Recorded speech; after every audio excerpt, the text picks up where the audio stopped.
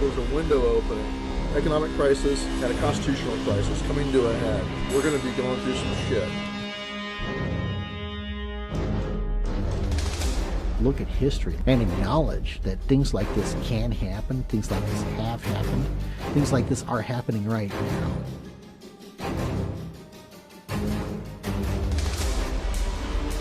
The gray state is a part of this Orwellian nightmare that's being set up. Their vision for what's next is a global Fed and even more power. The potential complete collapse of America, of a global economy. One world government. New world order. It's real. A lot of people are realizing it, and more people are going to have to. You are a slave. The system is failing us, and the bottom line is that something has to be done. This is an empire in decline. If we don't do something drastic to put the federal government in check, we're going to be doing things the hard way with a violent collapse. We are already beginning to fall to the gray state. We're already halfway there. This is the path we're already on. Civil war is staring us in the face. Trends like the slow yielding of our quiet American towns to a choking array of federal surveillance grids, illegal police checkpoints, and literal foreign occupation. That is exactly the kind of abuse of power that led to the first American Revolution.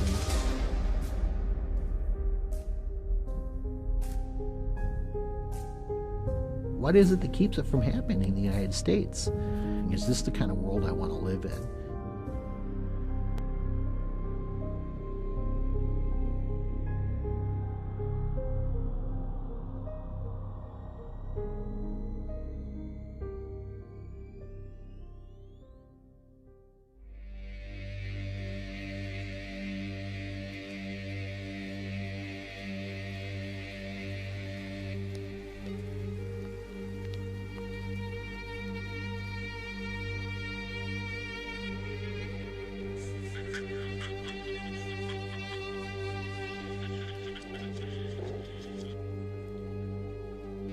The gray state is a symptom. The disease is statism.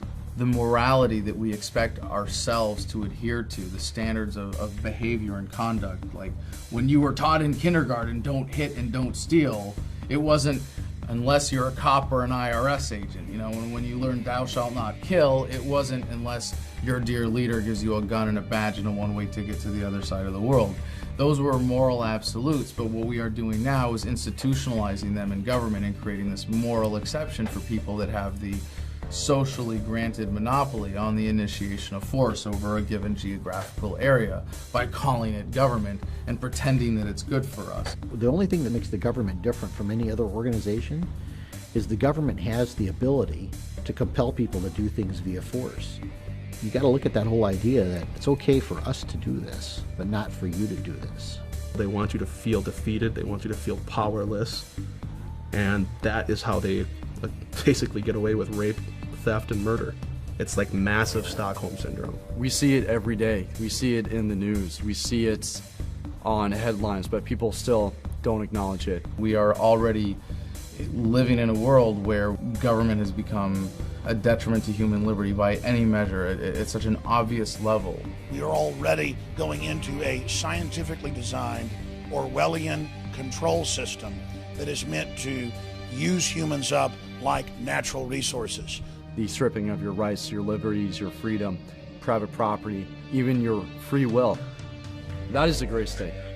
And yes, it is real, and yes, it is here.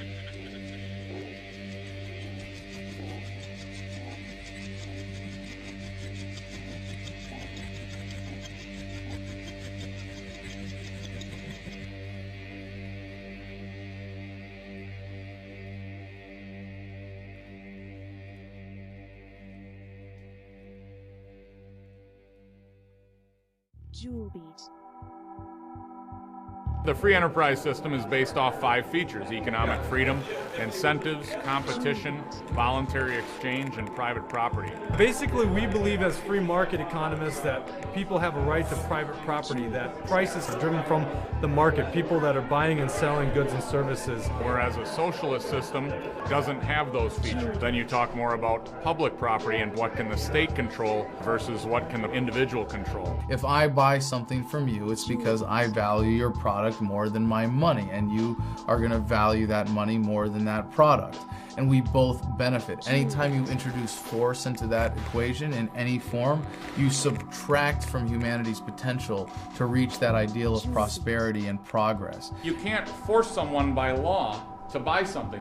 Otherwise, voluntary exchange doesn't exist. You can see that with Obamacare, different mandates for consumers to purchase various goods and services.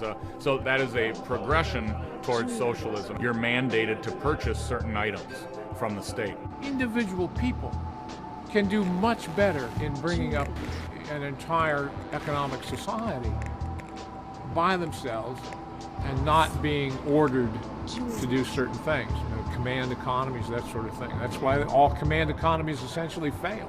That's what they did in Europe. You couldn't keep the benefits of your own labor, your own hard work and sweat. It would be confiscated by some corporate entity that had control over the monetary system. We had a nation of producers. We had a nation of people who were free to innovate and create and then be allowed to reap the benefits of that creativity. If you invented the television set, the state's not going to come in and say, we're confiscating that from you for the public good. You were then allowed to market it. It generated wealth, savings of money. You had more and more local hardware stores competing against each other. When you have greater competition, you have reduction in prices. Obviously, the people who can provide the highest quality product, the lowest price, are going to win out. Those who cannot will fail. That's what a free market is. It's the freedom to succeed and fail. It's a simple fact of the superiority of using persuasion to get people to do what you want to do, as opposed to saying, well, I'm scared and I don't trust you and I'm going to just have someone with government put a gun to your head and do what I want you to do. When people give money to Bill Gates or Sam Walton, he's not taking it from them. They're getting something in return. They're getting a service. They're getting a product. There is an organization out there that does take the money from you, and that's the government. If you live in the United States and you work in the United States, you fall under our jurisdiction. Does that mean that everyone in North America is a slave to your company? I don't work for a company. You work for the IRS. Is everyone a slave to the IRS? I believe that I do have jurisdiction. I believe it is valid. I believe I do have those rights. Yes. Okay, but you can't, by your own admission, answer a question regarding evidence to actually prove that there's jurisdiction. Right. Just so you have faith. Answer those questions. So you have faith that you have jurisdiction. You don't have any actual evidence, and you're not qualified to determine if there is evidence to back that assertion up. Correct. Blind faith. That's really impressive when you're talking about other people's property and other people's lives, to have blind faith in a violent, aggressive system. You don't have a choice about whether or not you can do business with the government. If you don't want to use our services, that's fine, but you're still going to pay for those services. If you don't have kids, you're still going to pay for public school. If you're not sick, you're still going to pay for health care. And if you don't pay, we're going to send people with guns to take your money and take your house and take you. The feudal era, you had a feudal king or lord who would claim half of your crops in exchange for protection. And because the peasants didn't know any better, they could get away with that scam. Hey, give me $20 or I'll shoot you or I'll throw you in prison, which is, what taxes are. No one pays taxes because they want to. Taxes are collected at the barrel of a gun. All laws are enforced at the barrel of a gun. Now, the facade of statism has to include them throwing us a lot of bones. When a farmer will provide health care for his livestock in the same way that a government wants to keep the tax cows healthy and productive. They bribe us with our own money. They tax us, and then they take that money and they push it back out. What they hope we don't notice is they take that money from us in the first place. Without the income tax, America historically became the wealthiest country on earth because it goes back to the benefits of a savings-based economy where you're able to accumulate savings and you're not forced to turn it over to a governing authority to redistribute as it sees fit. If you have a business, you're supposed to file as your business expense, your business accounts, nonprofits, everything else. But you as an individual, there's no law stating that you have to file taxes on your income.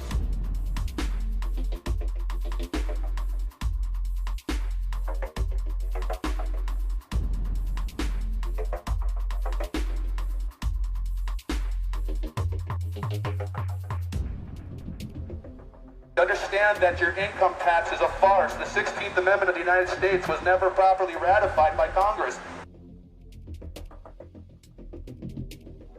people today believe that taxation is absolutely necessary. Like Winston Churchill said, it's the penalty for living in a civil society. This is not true. We lived without an income tax. New Hampshire today still exists without the income tax, and they're thriving. They're doing fine. You think it's moral to force people to follow your rules, and you think that's moral. You think it's moral to force people to do what you want and to pay you. And we don't believe it's moral to force people under threat to I disagree with the word force. Yeah, I disagree with the word force, but I think it's moral that you should have to pay your taxes, absolutely. So it's moral to force people to pay for services they may or may not want. Yes, it is moral to pay for things that you may or may not want. So by doing things voluntarily and not using aggressive force and asking questions, that to you is immoral. But the opposite of being involuntary, using aggressive force and not questioning, that's moral to you. One reason why the income tax is so detrimental, it's based on the assumption that the government owns everything, and they allow us to keep a certain percentage under their conditions. Which proves the point that even a 1% income tax is morally wrong because it sows the seeds of destruction.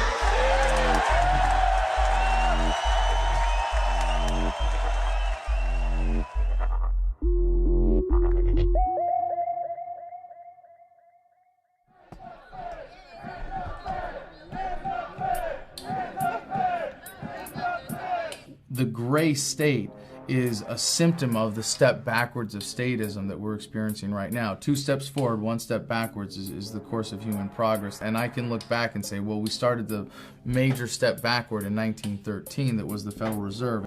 The Federal Reserve legislation was drafted on an island, really called Jekyll Island. All these bankers, the heads of J.P. Morgan and the other large banks at the time got together on this island, secretly drafted the legislation and all that stuff.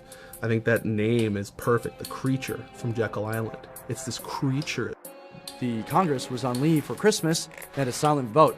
Less than 10 votes. They actually got through. And all of a sudden, the Fed Board of Governors became the all-powerful entity. So what you did was you gave someone a monopoly, and then they brought that monopoly into D.C. No different than the IMF today, no different than all the corporations and all the guilds, all the unions that are coming to D.C. to seek their monopoly favors. So basically what it is that the Federal Reserve is 80% owned privately, but yet it prints our currency, depicts our interest rates, tells us how much commodity products are. There's nothing federal about the Federal Reserve. It's a private establishment owned and run by offshore banks. The Federal Reserve is a criminal organization. Did you people know that America doesn't even own its own money supply? It's within our Constitution to be able to print our own money. Congress should have control over it. The Federal Reserve took that away.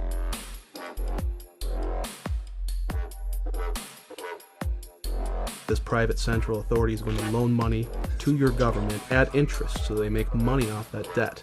And then the federal government pays them back plus interest via taxation. And basically it prints false money, money out of thin air. I look at it as the age-old struggle of the philosopher's stone, where you used to try and find a way back in the old days to create gold, which was money and always has been money, out of lead, and they never could figure out a way to do it. So that's sort of like the rapture occurred when they realized we can substitute gold with paper money, which we can create infinitely at a very low cost. When they want to spend more than they make off the revenue from the people, that's where they borrow money from the Federal Reserve. Basically open a credit card. So this debt is only valid so far as our public is able to cover that debt based upon our level of income taxes. Federal income taxes does one thing, and that's it. When you pay taxes on your income, that goes directly to the Federal Reserve to pay interest on the debt that they create. Anybody not understand that? Anything they cannot pay for via taxation, they turn on the printing presses. At this point, it's analogous to a Mickey Mantle rookie baseball card. You give some governing authority the right to create photocopies of this, pass them off at the same thing. What's going to happen to the existing value of all other Mickey Mantle signed rookie cards in good condition? Well, they used to be rare, so they had value. Now they eliminated demand. They took us off the gold standard. They took us off the oil standard. Oil is now traded in euros and other currencies, so there's not as much incentive to invest in the United States. And now they're increasing the supply. So you have declining demand and you have greater supply. Many a country has tried this in the past. It ends up badly. You can't just print money and say it's worth something. That's only going to work for so long. What gives our paper its value is its world reserve status. Every currency on earth is backed to some degree or some percentage by US dollars.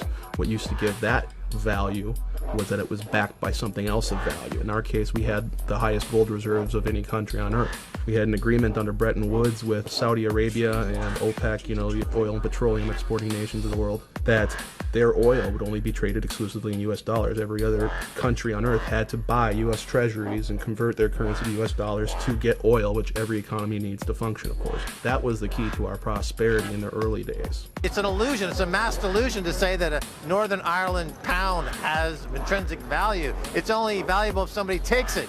And if you go try to spend that down in London, 9 times out of 10, people say, I don't want that. That's not real money. That's not a British pound. It's a symbolic representation of an exchange medium. That's the beauty of gold, silver, and other commodities. They don't lose their value. It just is what it is. It discourages moral hazard and unnecessary risk. If you couldn't afford it, you didn't buy it. This was not poverty. This was responsibility.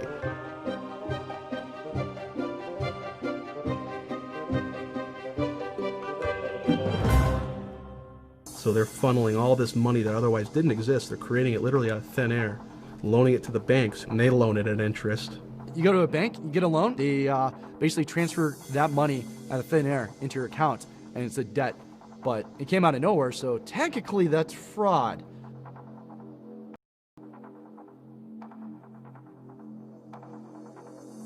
Since the 1970s, we did not have the ability to cover our debts via taxation. It's not popular to raise taxes. You're not going to vote for the politician who does that because that gets old.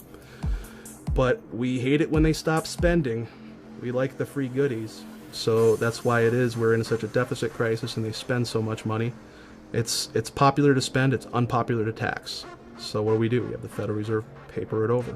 The problem is Congress, the federal bureaucracy, and the military bureaucracies. And remember what runs those things: cash. When you fly into Ronald Reagan National Airport, as you're getting ready to land, if you look towards the Washington Monument, you will see this enormous mountain of cash. The problem with that mountain of cash is it's a magnet for all the wrong people. Everybody in the Beltway exists to get their hands on some of that cash. It essentially creates a situation in which everyone is for sale. Again, to go back to the Mayor Amschel Rothschild quote, who was founder of the Bank of England, granting control over a nation's currency. I care not who makes its laws. Now, they do not directly influence public opinion, the laws, or anything like that. They do so, however, indirectly, because they control the money, so they care not who makes the laws, because they can use that money, which they can create in perpetuity out of nothing, and give it to their preferred representatives in government and help shape the agenda. In every administration, there has been someone or multiple people associated to the Federal Reserve. Isn't that interesting? Why is that? People, when getting into office, can borrow money from the Federal Reserve directly for their political campaigns. They necessarily don't have to pay that money back out of their own savings or their own donations. They just leave that as national debt that the United States owes the Federal Reserve. The Federal Reserve is happy to create that debt because every dollar created, they get more interest paid back to them. Once they've taken this money from the Federal Reserve, it's like selling your soul to the devil. You don't really have a choice in which bills you pass or which ones you vote no or yes for. Listen, there isn't much altruism when you're flooded with cash. That is one very insidious way that the Federal Reserve impacts public policy. And they use, again, these various roundtable groups as a conduit to accomplish this indirectly. So it doesn't look like the Federal Reserve doing it. But that's ultimately what happens. How long have they been trying to do this? Forever. Bankers are like that. Yeah, if you let them do it. What you need is gutsy presidents, gutsy Congress people to prevent it. Obama's entire cabinet stems from the Federal Reserve. If you don't believe me, look it up. It's a win-win situation for government to spend. It's something that government's never going to be held accountable for. It's a way of free money for them.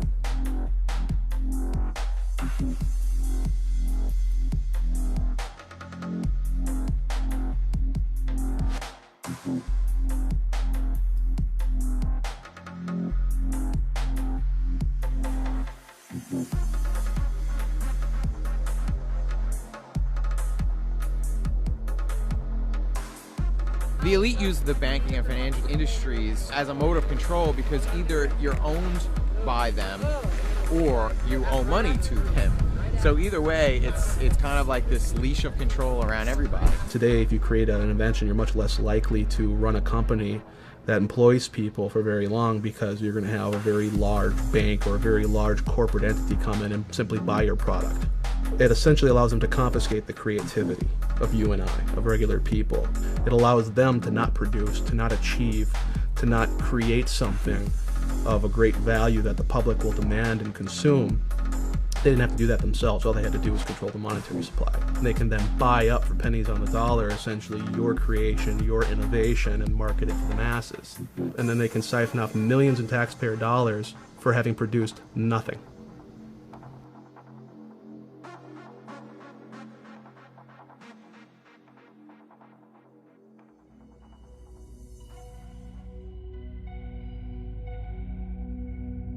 As humans, we're designed to worry about the next tribe coming over and attacking our clan.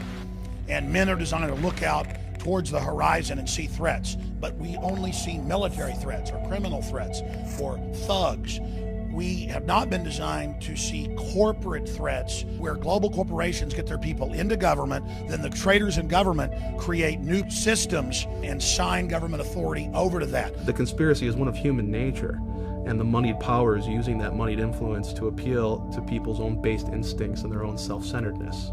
You have to ultimately, in a free market, assume the risks and responsibilities associated with the freedom, again, to succeed and the freedom to fail. We don't have that. What you have today is a corporatocracy. You can essentially fail and you don't have to worry because you're going to get bailed out by the taxpayer. That's not a free market. We don't have a free market. We have intertwined corporate interests, right? We have the hydra of these corporations that are addicted to cheap money, free credit, created by a privately owned corporation that monopolizes the creation of money. So the Federal Reserve is going to create Mickey Mantle baseball cards ad nauseum and infinitum. They're going to just print them out to cover all these bad debts that went wrong when Goldman Sachs, Federal Reserve shareholder, decided to sell a whole bunch of these securitized mortgages thanks to the repeal of Glass-Steagall to foreign investors all over the world that went bad and they knew would go bad. The fraud element comes in, they knew they were going to go bad. So the Federal Reserve creates moral hazard again for these large banks by saying, don't worry, we'll paper it over. We are in the midst of a serious financial crisis, and the federal government is responding with decisive action. Over 700 points. Apple shares are just getting hammered. We're down by between 3 and 4.5%. A national rescue plan. $85 billion deal. The worst economic crisis facing the United States. There are going to be ominous consequences. We're in the last days of this country surviving. Supply urgently needed money so banks and other financial institutions can avoid collapse and resume lending. We bailed out the guys that created this mess. And those are the last people that should be bailed out. These people should be granted a free pass. Not passing a bill now would cost these Americans much more later. There would have been a depression for the rich people. They would have gone bankrupt, and instead, they got the bailouts and we got the bankruptcy. People accepted it. People were like, yes, good. Well, at least we have jobs. At least the banks are okay, because that's where our money goes. And every time they manufacture a depression in the marketplace, they receive a bailout. Smaller competitors do not, so they can buy up the assets, again, the things of tangible, actual value from the productive people in the economy, and they're confiscating it on pennies on the dollar, because when you're liquidating in a Chapter 11 bankruptcy situation, you're going to take whatever you can get. Then Goldman Sachs, JP Morgan, Bank of America can swoop in, take control of all those assets. They didn't produce anything. They didn't make anyone's life better, but they're rolling in the dough, aren't they? The primary problems here is that there's an absolute unification of money and power and government. And you need to try, for the sake of sanity and liberty, to try and prize those things apart. Because at the moment, they are one. Is this triangle. Corruption leads to secrecy and incompetence. It just breeds all this, and they just want to keep everything quiet. In the Roman period, they used to talk about bread and circuses as entertainment for quote-unquote the mob. Let's increase prosperity and standard of living. Everybody gets to drive a better car. Everybody gets to live in a nicer home. And what we really want people to do is go to the mall and shop and be entertained. They've been very successful in turning the body of the American population into sedated consumers. Well, you can only sedate the consumer so long. When the consumer runs out of his ability to consume, when he suddenly wakes up and recognizes that what he thought he had, he doesn't, the money he thought he had is gone, the wealth he was promised is vanished, that's when the game is up.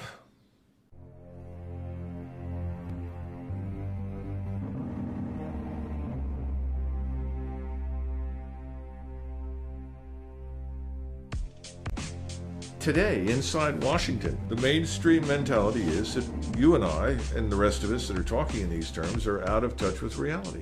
They cannot begin to comprehend what you and I are discussing today, and I think that's very important for your viewers to understand. Our banking system is a safe and a sound one. Our deficit problems are completely manageable. Everything will be fine. We'll pass some reforms, some new legislation. We'll make it all right. Part of the scam of government by printing money, by borrowing money. We don't have to tax people directly. We can commit intergenerational child abuse and pass that bill off to the people who are unborn, who, when born into America, have a $45,000 stone around their neck as their share of just the federal debt in its most conservatively estimated forms. People keep throwing around these numbers that were 15 trillion in debt, 16, 17. Those are all old numbers. It came out in Bloomberg Financial and other news outlets that under Obama's administration, in the first 2 years, over 23.7 trillion is missing. And those are old numbers, and that's on top of all the missing trillion from Bush. You had $1 million and you started counting one at a time. It would take you 11 and a half days to get to 1 million. If you were going to count to $1 billion, it would take you 31.7 years.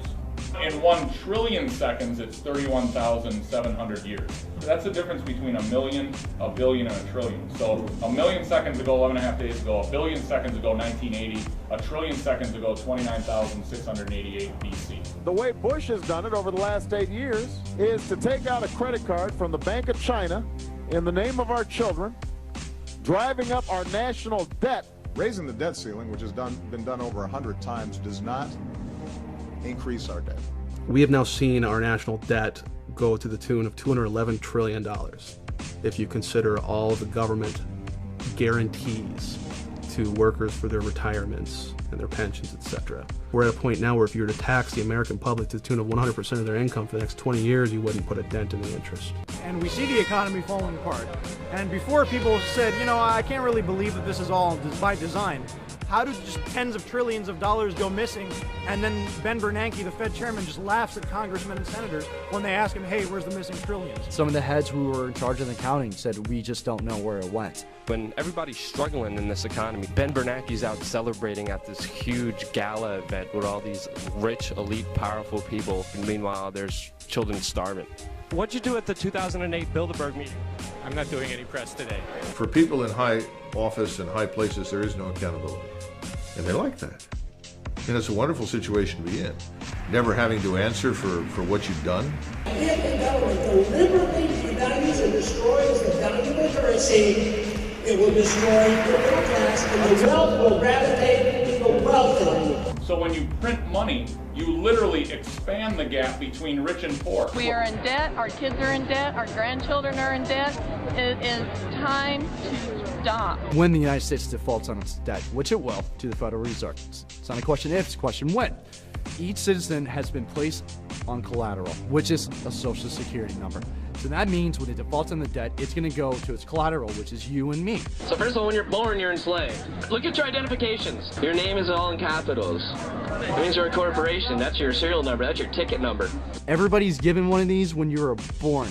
Okay? That's your PIN number, meaning that you're going to pay interest to the Federal Reserve System, as you grow up and get older, because the Federal Reserve borrows against us as debtors. This, proven the fact that you're a number.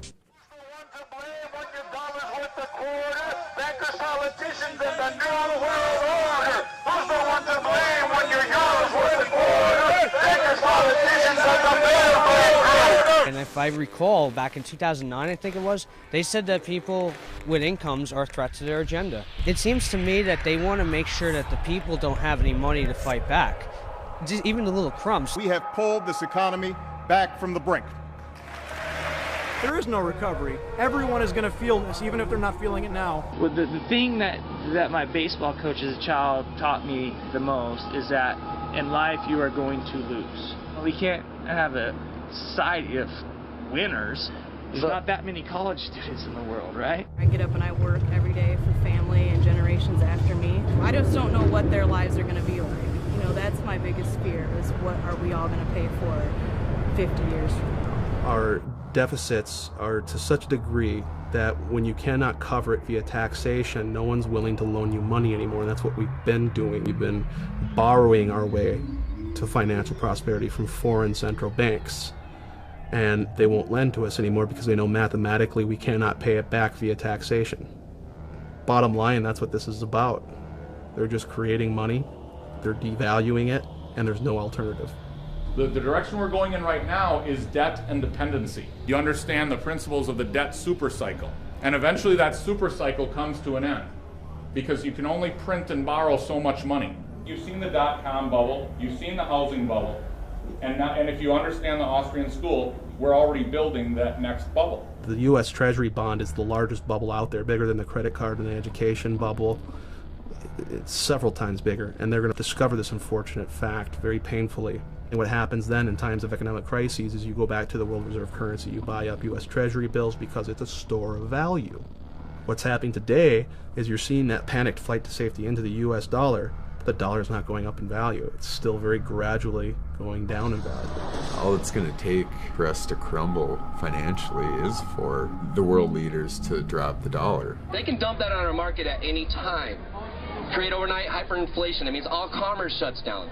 Well, if you know that in 6 months your dollars are going to lose 20% of value, you're not going to hold on to them and save them, which is what we depend upon. You're sure as hell not going to back your currency by them. You're going to buy shit up while the buying's good. You see it now. You got China out buying up infrastructure all over the United States, Russia doing the same thing. So they're taking these worthless US dollars and they're buying up this country. And then there'll be a flight to safety in commodities, gold, silver, etc., to save what you have left. So essentially, at some point, all of the world's banks are going to dump dollars, and those dollars are going to start chasing goods and services. And as the means of production becomes more and more handicapped by government intervention, more and more regulation, less people are going to invest, the whole thing falls apart. Now, look at the news. You see this is happening right now. The smartest minds in the world are saying these bonds are cooked. We've had it. The rally is over. The long-awaited bond apocalypse is happening, and I think it is happening in the next month, 2 months, 3 months. It's happening now. So, what is real wealth? Is it in a paper currency again? No, that's just paper. It's kindling, it's something to write on, it's something to wipe your backside with. What does that paper get you? Goods and services. What does a bank confiscate? Do they come after your paper? No, they come after your house. They come after your cars. They come after the actual goods and services that had the value to begin with. And that's why everyone who's inside the Beltway is so desperate to convince everyone it won't happen. Because there is no way to avoid it anymore. The economy is going to be okay. Keep them working because you don't want to create pandemonium. If you start getting the people too scared about what's going on and start fearing the government, then they're going to have a revolution. They can't have that. They want to keep it on the tipping point where they have control. They're going to use our own money to enslave us and collapse the monetary system at the same time because, again, every currency on earth is backed by US dollars. If there's nothing to replace it, you only have chaos. In June of 1929, Mr. Mellon, who was the Secretary of the Treasury, told the American people that they lived in an era of unbroken prosperity, that they had nothing to fear. At the same time, he was liquidating all of his investments in the market. He was putting everything into cash and gold. He wasn't alone. Mr. Geithner recently made the statement that our banks are solvent, that there is no issue. We have nothing to be concerned about. Nothing could be further from the truth.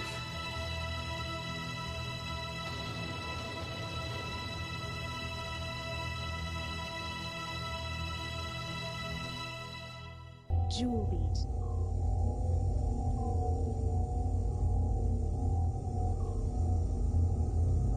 Jewel beat.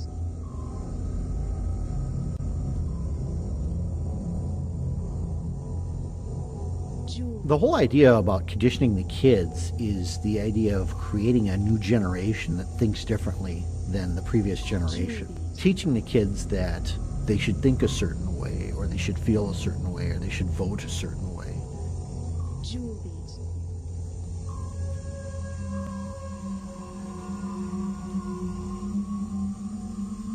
In the late 1800s, you have the emergence of psychology, the study of psychology, how people think and how people can specifically be manipulated. Jewel beat.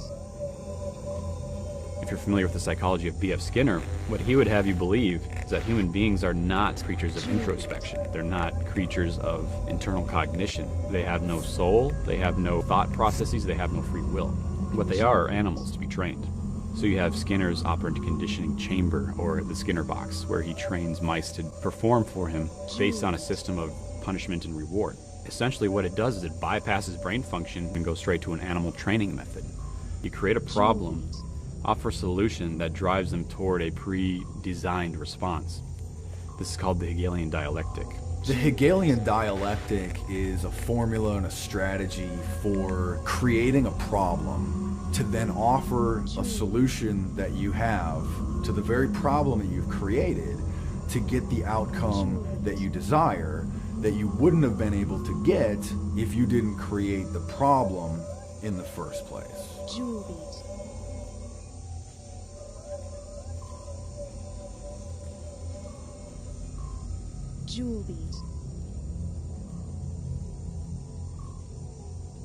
The Hegelian social theory was adopted by Lenin, by Marx, and it was applied politically in the form of communism and socialism. The German psychologist Wilhelm Wundt, he is the first one to apply it to education. For 85% of the American population, what is school supposed to do? Provide a path to employment and good citizenship.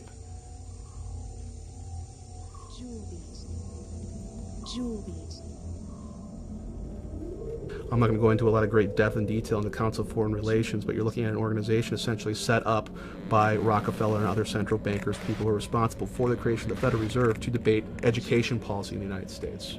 It used to be that education was run by the states. Today you have funding and financing taking place with the federal government, whereby if public schooling systems don't do what they want, they get their funding cut. The Reese Foundation, the Ford Foundation, the Carnegie Foundation, and the Rockefeller Foundation, all these major foundations that can actually give American taxpayers subsidized grants to individuals who do things according to their criteria. A tax credit is when you get to keep your money because of some reason. A subsidy is when I, the government, actually collect that money and then I turn around and pick a certain behavior that I want and then I subsidize that. This was revealed in the book Lines of Credit, Ropes of Bondage, in which H.R. Gaither of the Ford Foundation revealed to Norman Dodd of the Reese Foundation that they were taking their directives from the White House.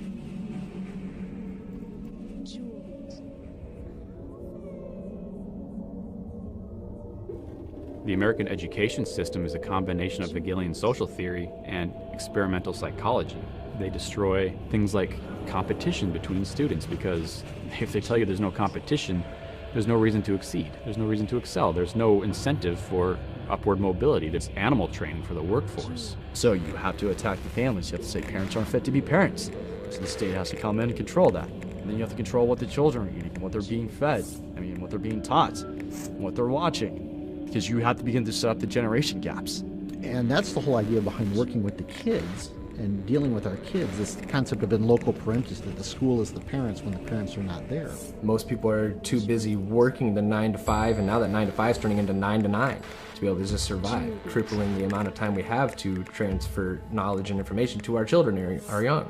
So by making sure both parents are away from the children at work, they can guarantee that the social environment of school, preschool, daycare is going to be able to give the children the knowledge that they want to. And what you have is the degradation of the individual, you have the promotion of the state, and you have the elimination of the middle class. Now, under this operant conditioning from Skinner, and under a system of reward and punishment, the only thing you learn is how not to get punished and how to achieve your reward. You're not going to come away from this system thinking, I'm going to stand up for something because it's right. You're going to do it because there's either reward or consequence involved. They're being trained to enter the workforce as a valueless cog in the state.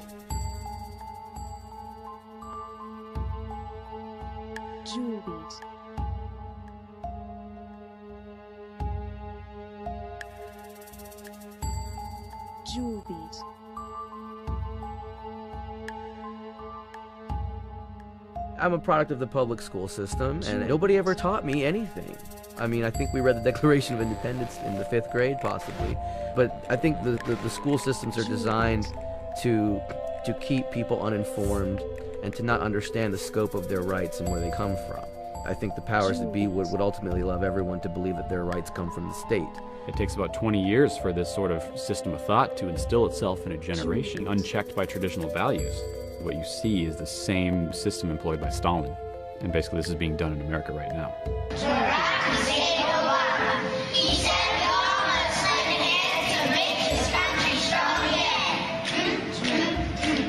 We're developing them to not question authority. We're developing them to be entitled, that the government will take care of them from cradle to grave.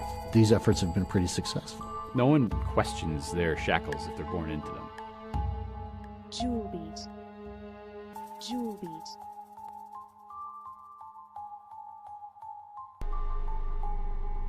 We have whole generations of kids that are being raised to not think like free people, to think like slaves, to think like they don't have self-determination. The state's goal is to get your children to turn against you in the name of the state, and that's where we are shifting now. We are shifting from an individualistic paradigm to groupthink. They want to be led. They want to be sheep. They want to be part of the masses. Critical reasoning, critical thought, individualism. I mean, those are huge concepts. I mean, they're universal concepts, but to be able to control the masses, you have to get rid of that. Because if you don't, you can't control those people. It's the alleviation of personal responsibility because the experts are in control. Let them handle it.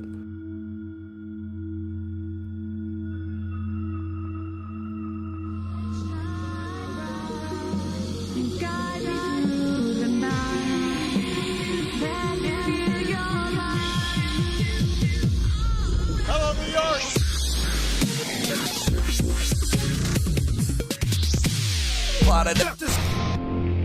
I love USA! USA! Political parties shouldn't exist.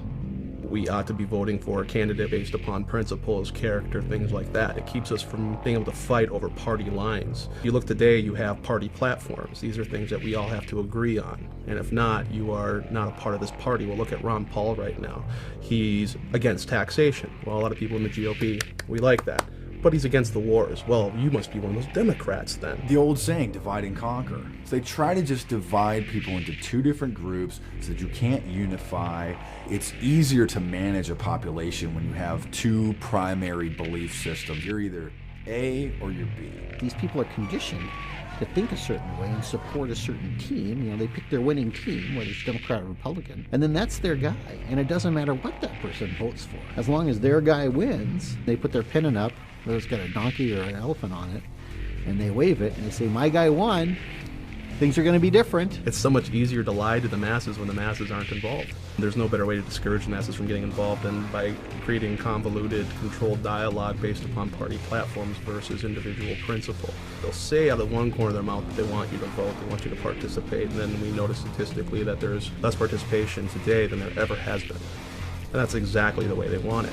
It's all theater, it's just political theater. We go from rule based on constitutional law to rule based on a cult of personality. Well, he might be wrong, but he's my president, so I'm going to stand with him. That's a very dangerous mode of thinking. Do you support freedom and the American Constitution, or do you support this person? We've all seen where that led in Cambodia and Russia and Germany.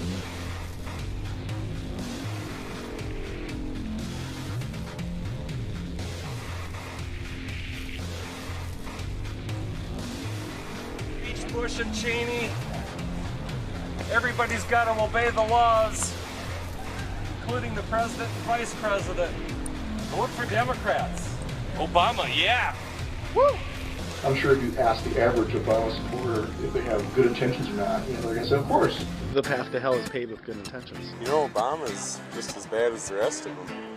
Why do you say that? What's he done? He's one of the most war-hungry presidents we've ever seen. He has not fulfilled any of his policies that he promised at all. The economy is still tanked. The taxes are still high. I'll make our government open and transparent. One of my priorities as president is opening up the White House to the American people. That White House tours will be canceled till further notice. I intend to close Guantanamo, and I will follow through on that. We will bring an end to this war. I will be held accountable. These are bills that Congress ran up. You will not see your taxes increase one single time.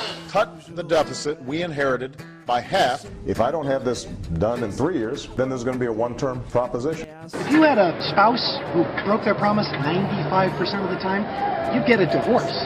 This is all fact, but people still support him. Obama's name is in the Bible. I prayed and I believe that God picked the right president. $10 hanging in your The Obamanoids, you're going to have 20 to 25% of the American public who will always support Obama no matter what he does because their own ego is on the line and they won't admit it. Actually, those are not facts. What you just stated, those wasn't facts. Everybody's happy to re-elect President Obama! Yeah! What's your favorite thing about President Obama? I could list a million different reasons. It's truthful. He's for public education, and he wants to restore it back to where it belongs. Yes, everybody in Cleveland, low minority, got Obama phone. Keep Obama in president, you know? He gave us a phone. Healthcare. Healthcare, yeah. Healthcare. His public speaking skills are immaculate. Yeah. He's so smart, he was funny, he was captivating.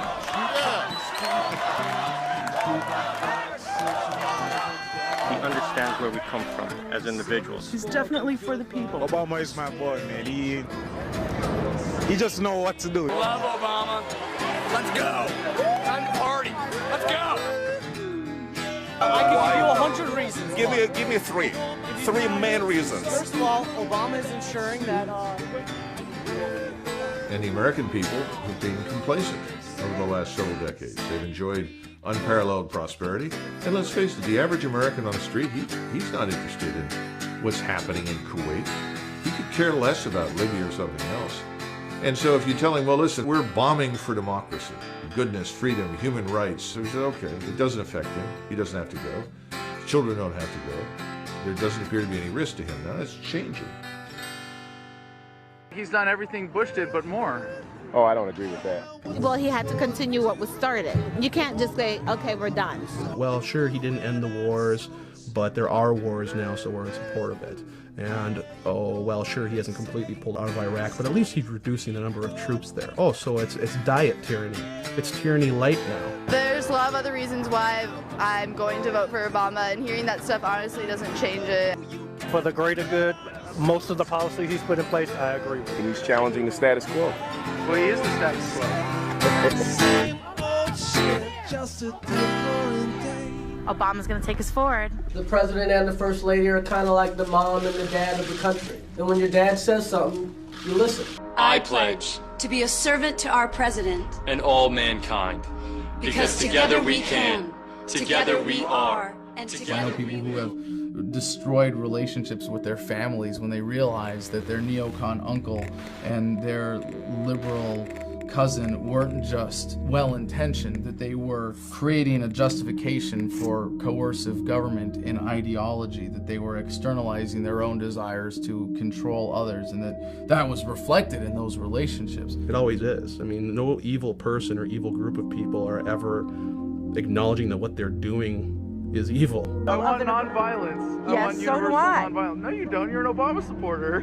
You think he wants to go kill people with drone strikes? Well, then that's what he wants to do? He orders it done, so I would assume. All right, you're out of your mind. People are aware of the truth. People choose not to accept the truth. There's a difference with this. People who are completely unaware of the truth, those are becoming few. It's self-deception. How can you be honest in a political debate or any other contest if you're deceiving yourself first? The people who will, just do what the party wants and do what they're told and vote the way they're told, and they just keep voting for the machine. After a certain point, there's no more deniability. They can't say, oh, I didn't know, or I didn't understand.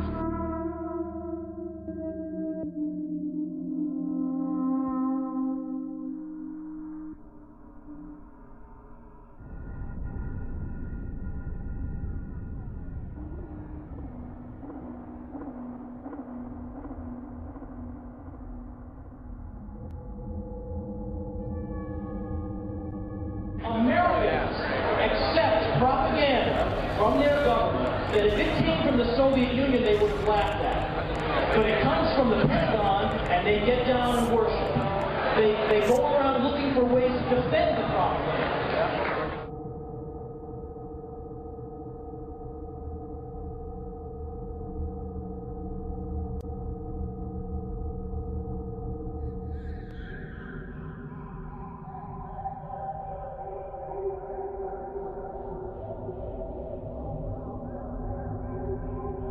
You can find people all over that will say that we should end the war, but they have a lot of trouble saying that when they meet a soldier. It was actually my older brother who talked me out of joining. We had a lot of conversations about the bravado of the current U.S. military forces, the the attitude, if you ever go into the military, it's definitely about psychological conditioning. It's the idea that when life and death is on the line, you cannot afford to believe anything but the fact that you are the biggest, baddest force on the face of the earth.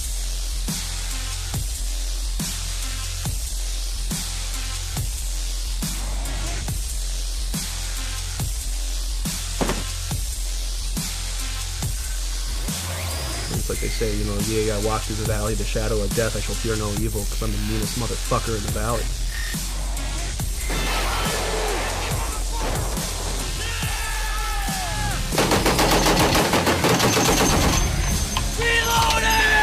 War is like a big video game that I can watch on my TV. And isn't it cool to see all the U.S. flags all over the foreign country, showing how the occupation is perceived? They want you to believe that patriotism means that you support everything the government wants. If you don't support it, you don't support the troops. Another day, man. Another day.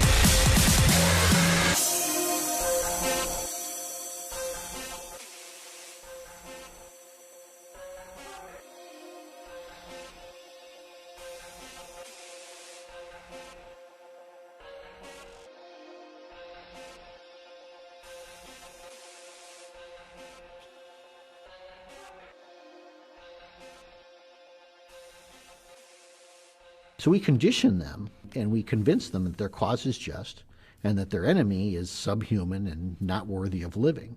And the American people honestly play a role in that. They come back and the reception they receive is just astounding.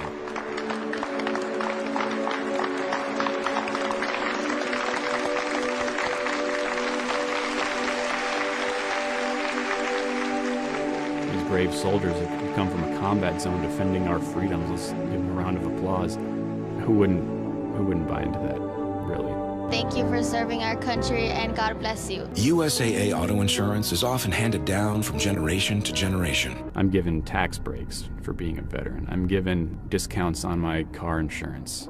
I can go to the commissary, tax-free groceries. I get all the benefits I could ever want in the military. Why would I question that? We have soldiers who are coming home, they look at all this, and they say, well, it seems like that was wrong, but how could I admit that that was wrong because I was a part of it? You'll never know what we go through for your freedoms, but at no point does anyone question how are they defending our freedoms by invading a foreign country? Well, you didn't serve, you don't know. Well, then what happens when a guy like Jesse Ventura, who not only served, but served in the SEALs, he comes out and he speaks and he says the same thing. Oh, he served, but. There is no but. He served. He knows. He's been there. I was over in the Persian Gulf getting ready to liberate Kuwait, which is a kingdom, a dictatorship. And here I am liberating their oil assets from Iraq. I thought I was doing the right thing, too.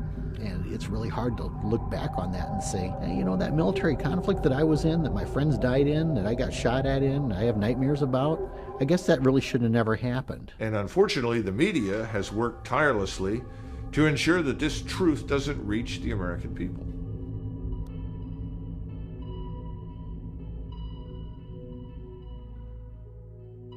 In the past, we had the media to watch the government and keep them in line and ask the tough questions. You all remember those clips in the old days, the black and white, and you'd see the news guys with the fedoras, yeah. They'd always go up and they'd be in people's face with the big flash bulbs, Senator, this happened. You'd always hear, politicians being held accountable and they're always being asked questions, and you don't see that anymore. Leaders have found a way to cull the masses into their own ideal sets. And whether that's through bread and circus, such as the Roman Empire, or today through the mainstream media, they get to decide that, yes, you're going to be obsessed with American Idol for over a decade, and when that starts to wane, we'll come up with Dancing with the Stars, and let's really be concerned about who wins the Super Bowl. 3 keys to power are banking, the media, and politics. If you own the banks, you can buy the media, you can buy the politicians. If you own the media, you can control what people see, what people think, you can largely shape the culture, you can create and shape people's fears, people's desires, the perceptions that they have of events. In high definition. Piers Morgan, live. This is an ABC News. In 1975, there was a Senate investigation committee called the Church Hearings, which actually uncovered that the CIA was paying under the table mainstream media outlets $250 million a year to act as gatekeepers and propagandists. In today's terms, that's $1 billion a year. Of course, they say they don't do that anymore, but it's foolish to think that they don't. Why do you think the top story is the top story on all major networks? Carl Cameron, you know, he'll tell you straight up, I can't answer anything unless it comes from my editors. I can't unless I've got it approved from media relations. I can only talk in front of my own camera. I'm sorry. Geraldo, will you talk about Building 7? Talk about Building 7. Help educate the public. If you get video of Sarah Palin or get a soundbite from her, bring that back to us. You can hold the Ron Paul stuff. We single out something that the media likes to talk about, such as the Trayvon Martin issue. Could have been me. But we don't talk about the much more serious events that are already well underway. When was the last time you saw images of caskets coming out of airplanes? You never do. So that's never in the mind frame. It's this happened now, Paris Hilton fucked somebody else. Let's spend 2 weeks on that. You can't say that this isn't newsworthy. Obviously, there is a blackout in effect. The mainstream media, though, wants to stay in business. And if they suddenly discover that the people listening to them don't want that message, they're not interested in listening to it, they'll change their tune. A lot of them are doing solid investigative journalism. Watergate, people were held accountable. People were fired. People were demoted. People were dealt with. There were prison sentences handed out. At least there was the illusion of some kind of accountability back then. The Obama administration was caught red-handed supplying weapons to the Mexican cartel. Why? Because the CIA wants a certain cartel wiped out, protecting their own drug interests. What happened? Nothing. The American citizenry now, like you've said, Fast and the Furious, they've done a great job. We just don't give a shit. First of all, I think that they shouldn't give us too much information, because anything that you and I can watch on television, our enemies can watch. Really, it's better to not say too much. Don't worry about it. You know, go back to sleep. It's amazing. The mainstream media can actually do its job, and it doesn't matter. The American public is now in a state of apathy, almost a state of numbness. And that's what I see, is like this is an entire country of people who are turning against the truth.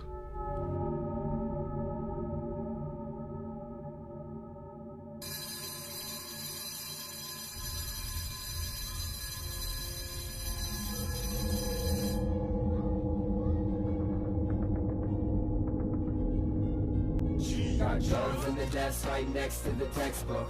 Run tests and then test what? Let's look. Look at this, these heads in the mess, but I got this diploma. But what are we developing the kids to do? We're developing them to not question authority. We're developing them to be entitled, that the government will take care of them from cradle to grave. You don't have parental rights anymore. Not just it takes a village to raise the child, but the village is now raising your child. When we condition the kids, what do we condition the kids to do? We always tell them always share, always work in teams. See that table over there? We have 6 people sitting around. We always put 4 toys there. Not 6, but 4 toys. Because these kids have to learn how to share. And that's a good lesson on some level. But what we don't teach the kids is that it's okay to keep the fruits of your labor. It's okay to work hard and earn and benefit from that.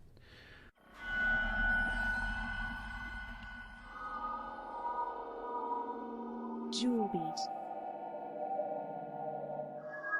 The thing about wealth is not a zero-sum game. There is wealth out there for everybody. All you have to do is be willing to work hard and earn it.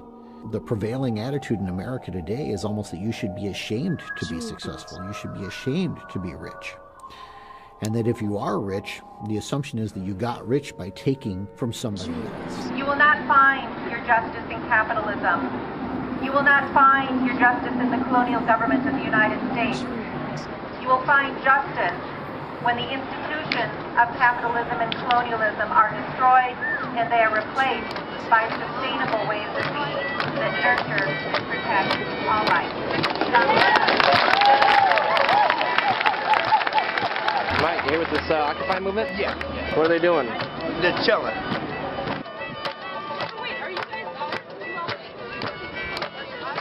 Capitalism is people with a lot of capital who want to make profit. I don't have to look it up. I know it. The rich, they keep getting richer. The poor man, he's dead poor. The rich man,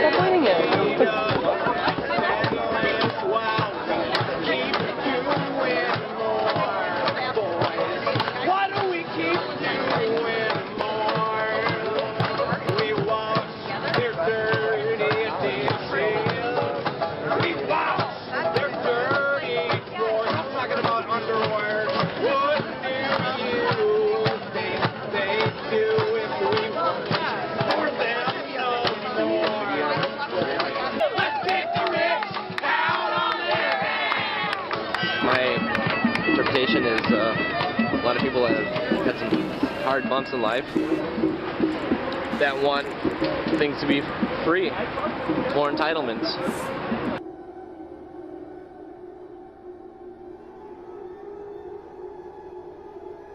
What people are calling for in Occupy Wall Street is like, well, God damn it, government, you need to do something. This is why we're losing all of our rights to too many people that are being dependent upon the system. We want to get all the free stuff. Where is my free stuff at? Nobody wants to hear this, do they? Getting my school loans paid for, getting my rent paid for, my food paid for. It needs to be what we can do for ourselves. I will put this damn mic down once you all turn our country into a socialist society and take away my right to speak. Choose to be complacent or ignorant, and that's fine. That's your right too. This is how you disperse a protest movement. We have to ask a couple of basic questions. The first basic question, what should the role of government be? Should the role of government be there to run the entitlement system? Should we believe this story that entitlements are rights? Yes, there's always an appetite for big government. There's always this temptation of getting something for free. And there's always the motivation, well, we'll help the poor people. You want to give free food, free medical care, free education, free houses, and everything will be okay. The lie at the core of collectivism is that it is all for the good of the collective. Once they get you to swallow that lie, any other lie they tell in service of that is not a lie. Orwell nailed it, freedom is slavery. And a lot of the people out there in activism are embracing big government. They think that big government should be used for our benefit, that they can use it for our benefit. And the argument being, again, that you can't. That kind of control central power. It's too much control for any one group. Entitlement means the government's going to give you something for free. Where does the government get it? They've never produced a thing. The only thing the government can do is steal it from productive individuals. You don't have a right to your neighbor's wealth. You can't go in and steal from your neighbor, but you shouldn't have the right to send a politician or a congressman to go into your neighbor's house and take what they have because you want it. They're saying that if you have more personal wealth than we think is necessary, then we're going to take some of that from you and we're going to give it to people that don't have any personal wealth. I'm a warrior for the middle class. I mean, I do think at a certain point you've made enough money.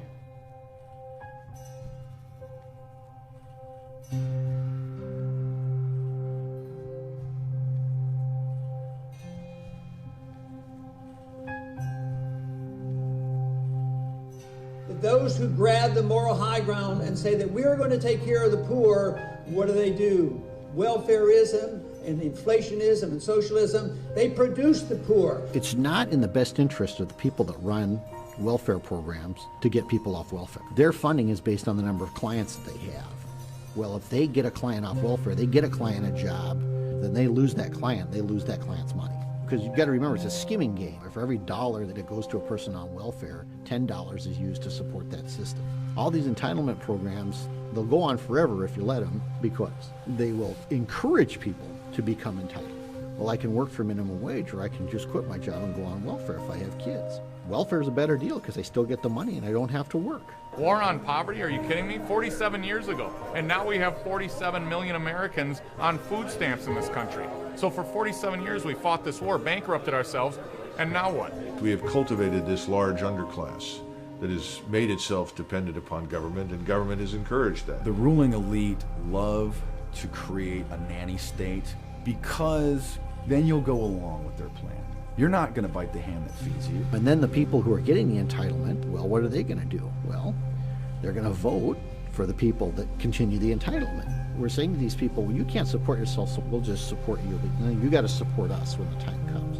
We have historically been a bottom-up society. We're not a top-down society. You can't make someone equal economically to someone else by giving them something. Are you going to hear Mr. Obama talk in those terms? No, Mr. Obama says everyone gets everything for nothing in perpetuity. Don't worry, we'll print money. Don't worry, we'll do whatever is required.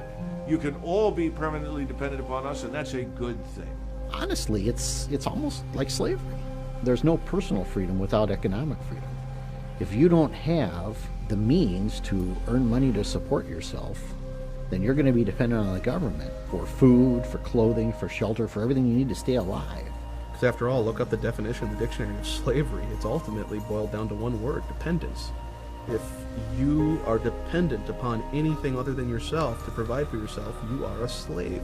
I won't have to worry about putting gas in my car. I won't have to worry about paying my mortgage. You know, if I help him, he's going to help me. The idea of self-reliance is gone. The idea of independence and individual freedom, the respect for private property, all of these things is gone. No. We can confiscate wealth from people that create it and give it to those who have none, and that will fix things. We've transferred $16 trillion in wealth since 1965 to the so-called underclass. The only thing the underclass has done is get bigger. They want that cradle-to-grave care from the government, and they want the government to use force and violence against people who are opposed to it. Well, I obviously believe that my ideas are persuasive enough and beneficial enough to society that people should subscribe to them, but frankly, some people don't, and yes. And at the end of the day, you'll use force against those people. I believe that it's the role of the government to use force. So you won't do it yourself, you'll hire someone else to do it, basically. That's what a government is. The reasons people do violence, if you look at the psychological underpinning, it's fear, insecurity, and the desire to survive.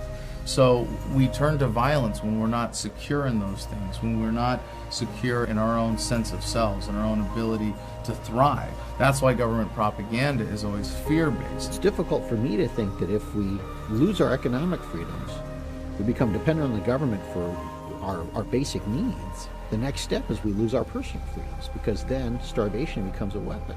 Now, if the food stops, if the free services stop, and I think that could easily happen, because I think this whole giant federal edifice could go under, then you're going to have problems in many of these urban areas. In fact, you've already got them in the form of these flash mobs. We see gang members who are committing welfare fraud, and they are killing middle-class people who work for a living and pay taxes. So these folks, they're not going to support this welfare state, but the people who do support the welfare state, well, they're going to go and kill their political opponents. We're already seeing this violence. This has already begun. It's just not covered in the media. We don't talk about it.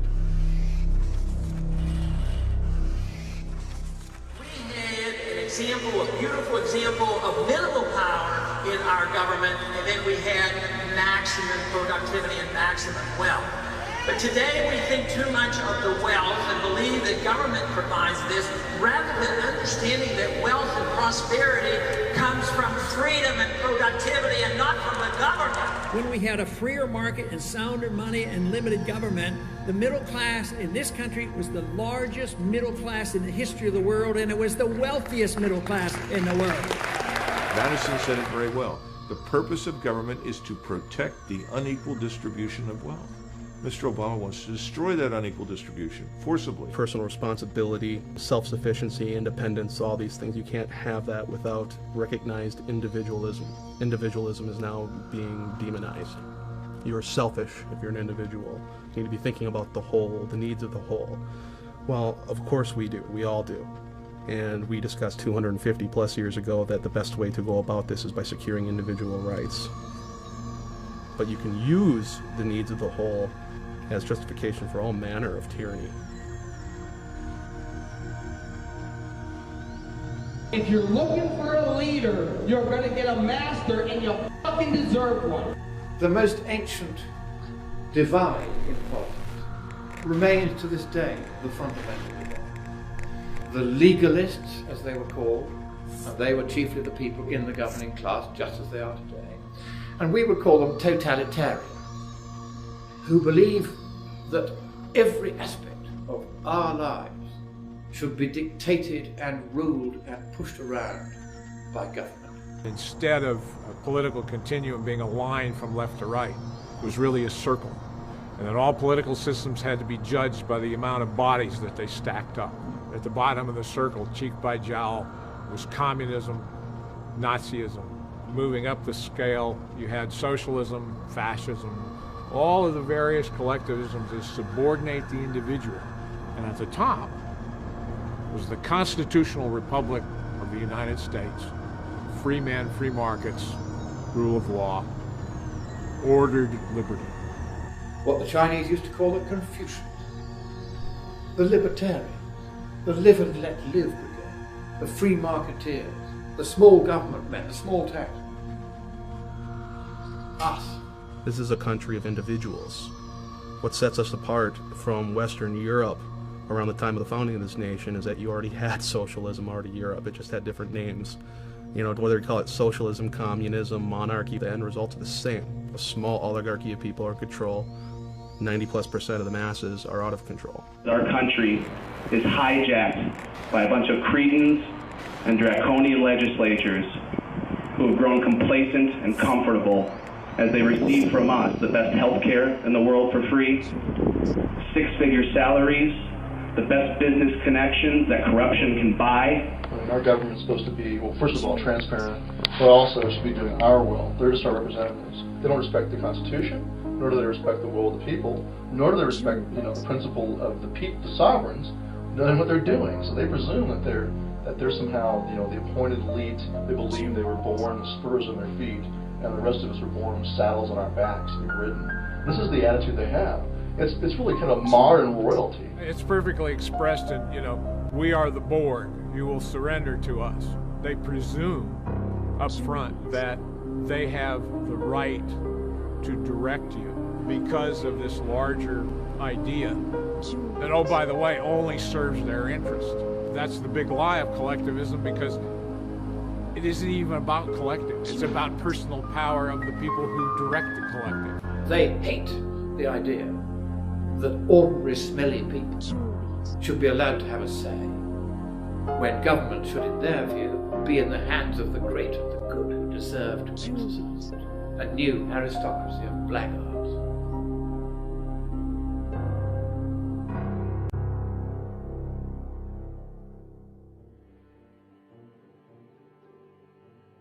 We talk about the conditioning of our kids and the conditioning of our military and our police, and we talk about the political conditioning that people are undergoing. What we're really talking about is a social movement, and what we're talking about is changing the way people think in terms of what it means to be free and what it means to be a person.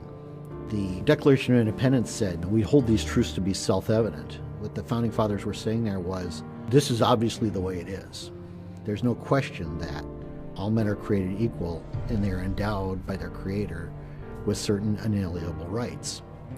What they're saying there is that, plain and simple, by the nature of being a human being, you simply are allowed to be free, to have life, liberty, and the pursuit of happiness. That might be one of the reasons the Constitution is not taught in our public schools, because if we raise up a new generation of individuals, they might realize that this whole system of government is unconstitutional. We shouldn't have it. This document is the only thing that's going to save us, and if Barack Obama refuses to follow it, as he has demonstrated time and time again, nothing's going to change, folks. If you get enough generations that come up under this system, and they just keep injecting more and more and more of the tired old world saga of collectivism into the minds of the youth, then this is where you end up. Capitalism, people prosper. Socialism, people die. Millions. No. You know, lady, I was born in USSR. I lived there for 29 years. Really? Millions of people dead, and this is one of the mass murderers. Murdering people left and right. Really? You don't think so? You're an exile. Really? You're one of the rich people they threw out of the country because you were robbing the people. Everybody was equal. That's true. Everybody was equally miserable and poor. If you live under a dictatorship, a communistic dictatorship, of course you're not going to love it. You know, nobody loves it. They didn't let people leave. Right, yeah. They killed people. They literally shot and killed people who try to leave home. They used to give you cards, like stamps, like food stamps. And you used to go in the store and you had no choice of what to buy. And they always tell me, you know, you're spoiled. You get all these gifts for Christmas. Right. For Christmas, we got meat. They would grow wheat, they'd grow corn, and then they would turn it all into the collective, and they expected to get something back. Well, the quotas were too high. They didn't get anything back. So you literally had people growing their own food, turning over to the government, and then starving to death. You have rationing of food in any controlled economy. They reduced the people to utter dependency, and that's how the Soviet Union had their way with people for decades. And people died. Thousands of people died. Well, my dad, put his whole life on the line to come here because he saw it as a beacon of freedom. He saw it the complete opposite of what he was living under in Poland. That was his major goal, is to get away where I could have an opportunity to live my life in freedom. and not be ruled by, you know, the elites.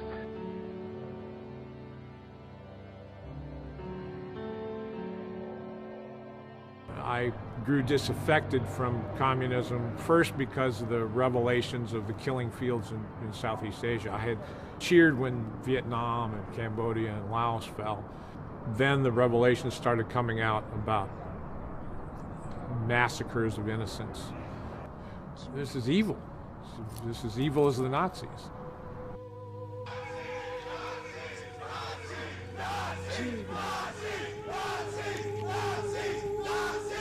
It's really hard for people to fathom those numbers when you're talking about Stalin 60 million, Mao, you're talking what, 40 million, you're talking about Hitler 6 million. The individual matters not a thing. That's why they define peace as the silence, imprisonment, or death of their enemies. To believe anything else is to deny a reading of human history.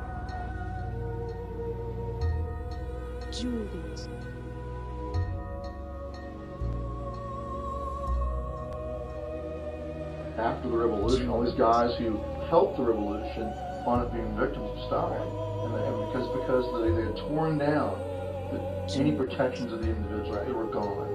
So if you're a hard right-winger, if you're a hard left-winger, if you've participated in the Hegelian dialectic, you've served your purpose. You're what they call the useful idiot. They don't care about you once you have fulfilled your role for them. The government doesn't quite frankly care if the terrorists attack, like embassies or servicemen, okay? That's part of the job. That's what they signed up for, is to take risks. The soldiers are, for all intents and purposes, U.S. government property, and that's where the term GI comes from. GI stands for government issue. And when Henry Kissinger said military men are like dumb, stupid animals to be used as pawns in our foreign policy, that kind of summed it up. What difference at this point does it make? I think of the story of the early days of World War I on Christmas Eve, where they took a pause and the Germans and the British started singing Christmas carols, and they finally got together and exchanged gifts and had a Christmas tree. And then in a day or two later, the hard might of the government comes in and says, you will not have peace. You must go back to shooting and killing each other again. Dwight Eisenhower, in his farewell address from the presidency, said that we should beware of the military-industrial complex. It is fully metastasized today into a cancer on our society that takes the best and brightest and the most nobly intent who would put their lives on the line to defend fellow Americans and puts them into these bullshit wars that have nothing to do with national defense. And we've paid a terrible price for it. What, 1.4 trillion is a minimum? That doesn't even begin to address the massive consequences and the damage we've done to ourselves. It doesn't talk about the enormous losses we've inflicted on the people in the region, because remember, no one cares how many people we've killed or maimed or wounded. We've lost close to 9,000 Americans in this period of time, 44,000 severe injuries. We have hundreds of thousands of veterans today begging and pleading for help. They say Osama bin Laden killed, thousands of people on 9/11, and he has paid for that. He's dead. His organization is scattered to the four winds, but we're still in Afghanistan. First, it was links to weapons of mass destruction, and then links to Al-Qaeda, and he helped fund the terrorists of 9/11. So that's justifying killing a million civilians to where parts of Iraq you can't even live in?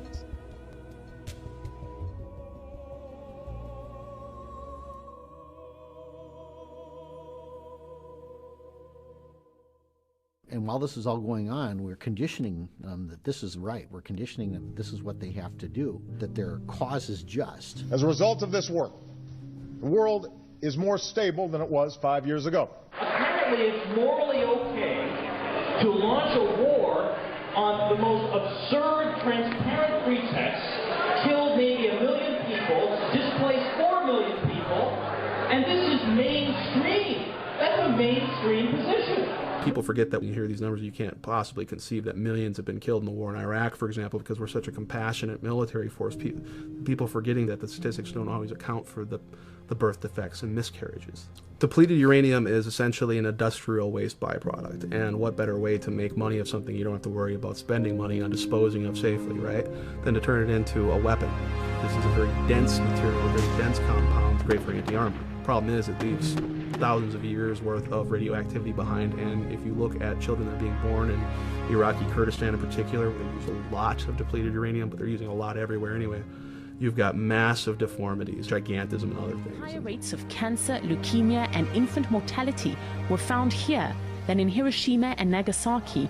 These babies are doomed to die. These are untold thousands, if not millions, of lives that are being killed even before they're born.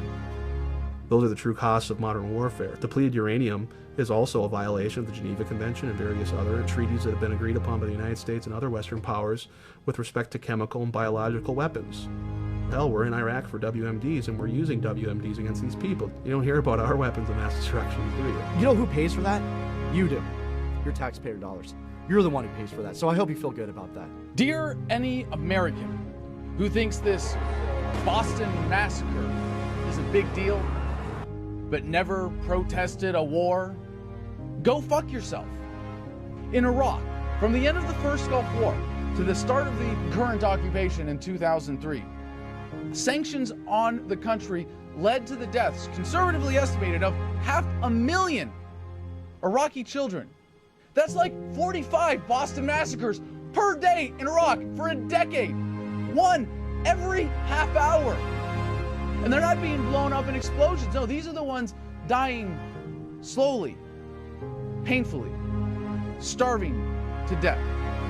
Did you cry over that? Did you protest? Did you do anything to voice any opposition to what Madeleine Albright, then Secretary of State, called acceptable collateral damage?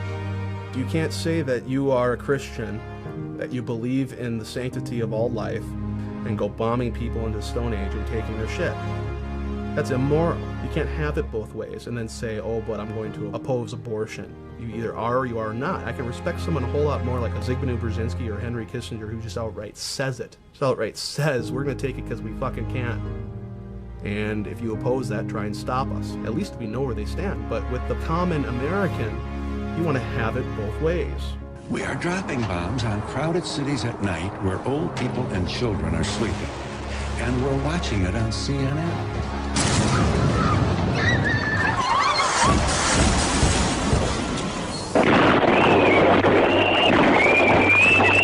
What are we doing with all these wars? How are we safer?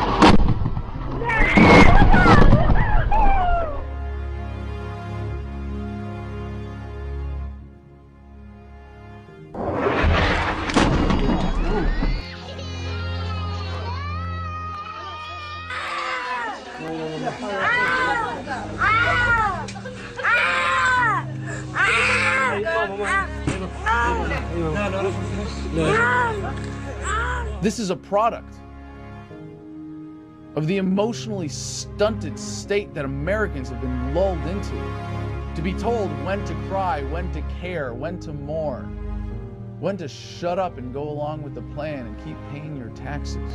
We are creating enemies with this foreign policy faster than we can kill them. And I can tell you that from my personal experience in Fallujah that backs that assertion up. They don't hate us because we're free. They hate us because we're myopic, patriotic idiots who allow ourselves to be so emotionally manipulated that when something like this happens, the result is more brown people on the other side of the planet die. We made good progress, and we'll continue to work together to achieve freedom and peace. People don't care because they choose not to. It's that simple. Either you do care or you don't fucking care. They look at those people as inferior people, for God's sakes. Because that's them, it's not we, it's them. But them and we belong to the same people. That is the human freaking race here. I have heard more times out of people, well, you know what? It doesn't affect me directly, so I don't fucking care. And they'll go, is that wrong? If you consider yourself to be a moral person, you have to be opposed to this. If you do not care about morality, well, at least you're being honest. But I think we've got a nation, an entire nation of sheep, doing everything they can to avoid that level of moral responsibility. Now, Mr. McGovern, what is your problem? I'm sorry? He says, look, he says, don't you think it's worth 3 or 4 killed to secure the oil supplies that we need? I said, well, suppose one of those 4 killed this week was your son. He said, it wouldn't be my son. And it wouldn't be his son. Our enemies are not 7,000 miles from home. They sit in boardrooms. They are the millionaires and billionaires who control this planet, and we've had enough of it. The state has us thinking that it is us. Should we invade Iran? Or should we starve them? How dare they say we? It's them. Human beings die. They don't need to die. Fuck, man, give them a chance. We're an incredibly gifted, creative race, just not given the opportunity because we've been suppressed through tyranny. I will not be a part of that anymore. These medals don't mean anything to me, and they can have them back. And I choose human life over war, militarism, and imperialism. You are deluded, and your delusion is dangerous, and it is getting people killed. And your attitude, your tribalism, your personal identity, because you choose you want to be an American before you want to be a human being, it's disgusting. I'm sorry to all of you. Fucking sorry. Yeah, you're right, I didn't serve. You're the one serving. And it's your children who are going to look up to you and think that you're the greatest people in the whole world. Do you want a better life for your children, or do you want perpetual warfare? I really see this as sort of a moral decline of the United States of America, the idea that the ends justify the means. We need your oil, so we have every right to take it because we're bigger and stronger than you as individuals.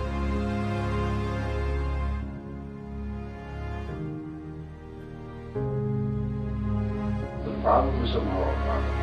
The answer can't be sought or gained by looking to the traditional moral authorities, because they ain't there, folks. And what does that mean?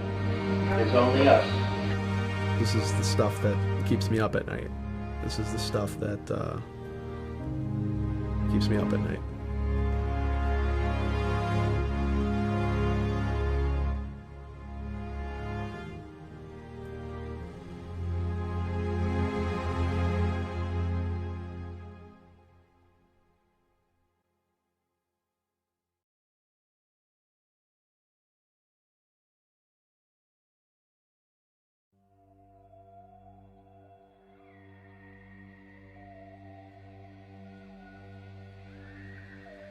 So you've got the media propaganda arm, which keeps us loving our own slavery. Then you've got the financial system, which keeps us dependent on them. Then you've got the military state, the police state, to keep physical control over us.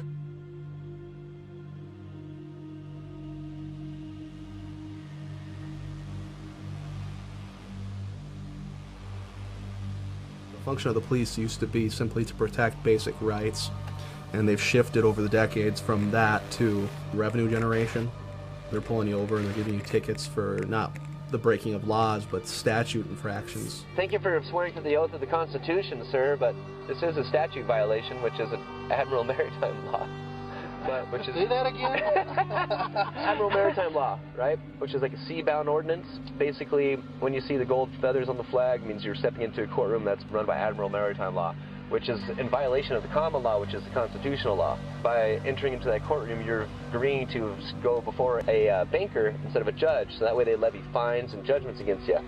I am the judge of the law. I will instruct the jury on what the law is. I object. You That's are fine, not sir. a judge. You are an executive administrator. Okay.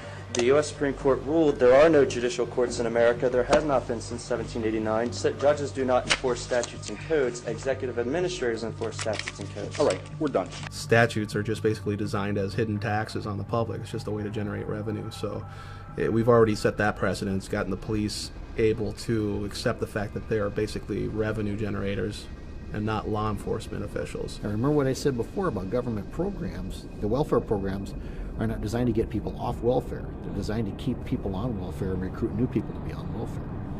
Well, internment programs are not designed to keep people from being interred. 2.2 million people in prison, and they say this is the most free country in the world. All it comes down to, if we want to intern someone, is just making a rule, a law that they violate, punishable by internment. The government doesn't have any control over law-abiding people. Any force used against those people is not legitimate because they're not doing anything wrong. But if you make enough things illegal and you make the law difficult to comply with, then you get to the point where you can create criminals. And when you create criminals, then you create a class of people that are open to oppression. Martha Stewart, her stock trading was ruled by the court to be a legal act. But they sent her to prison anyway because she lied about it. I mean, she went to prison because she said she didn't commit a crime. But that's federal law. That's what we've created. Can you tell me one thing that you're free to do without asking permission or paying to get a license, registration, or permit? Hang out with my friends and have a great time. Yeah. Could you tell me what you're free to do in America? Everything. I can eat however many carbs a day I want. In New York City, they're trying to make all kinds of laws to ban salt and drinks that are a certain size. So, I mean... That's good because a lot of people are obese. We got pages and pages and pages of arbitrary laws. 2/3 of our prison industrial complex is filled with nonviolent, small-time drug possession offenders. Law enforcement agencies get money to fund drug operations. Well, if they don't have any drug operations, they're not going to get any of that funding. And the amount of funding they get is contingent on the number of drug busts that they make. So what's the incentive there? Is it to reduce drugs in their community?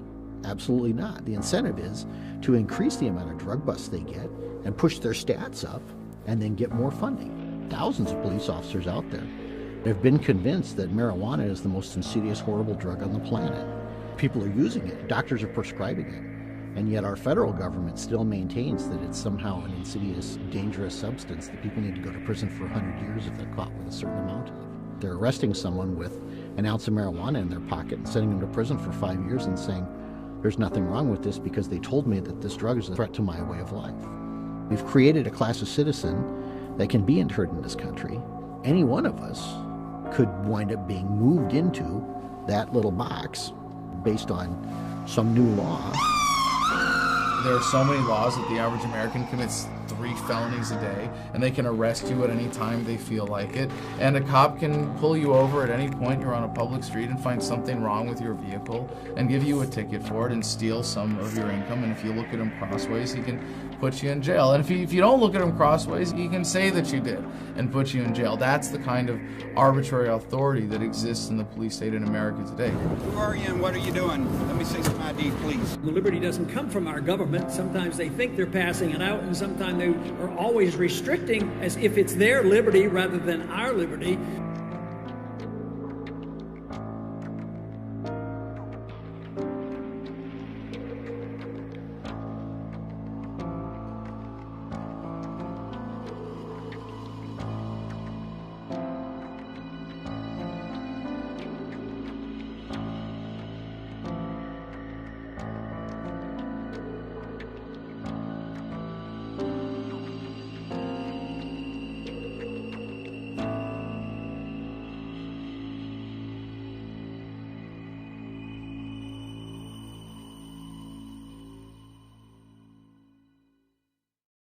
They say they're above the law and pass all these unconstitutional laws making us slaves. The question is, when government becomes venal and oppressive, to whom can the people turn for peace, safety, and freedom? Your sheriff's main responsibility is to protect you from the federal government.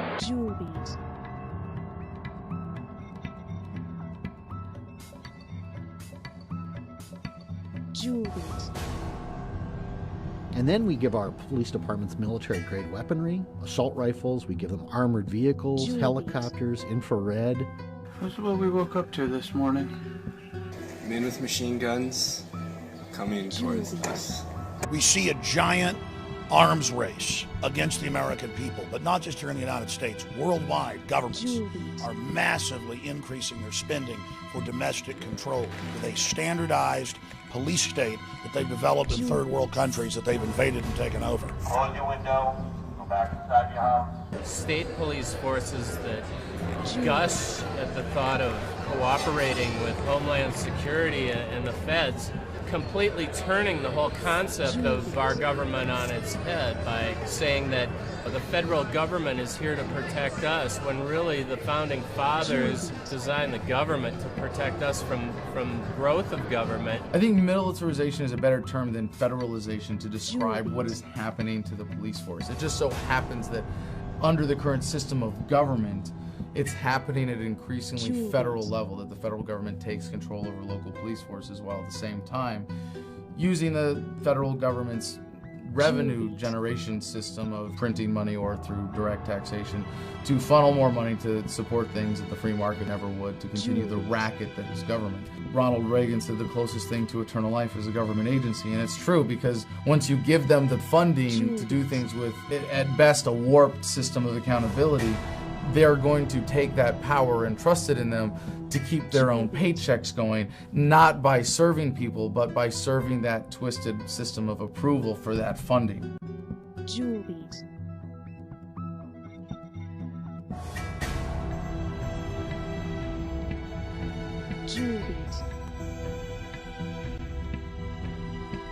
Work for the Federal Reserve? Yep. What's the Federal Reserve Bank around here? It's not. It's not? Nope. TSA agents are on the interstates fighting terrorism with visible intermodal prevention and response, or VIPER operations. Vicki, you know, this was a massive operation, really bringing all federal, state, and local agencies together to not only do random searches, but also create an army of agents on wheels. It's all, in a way, starting to blur together.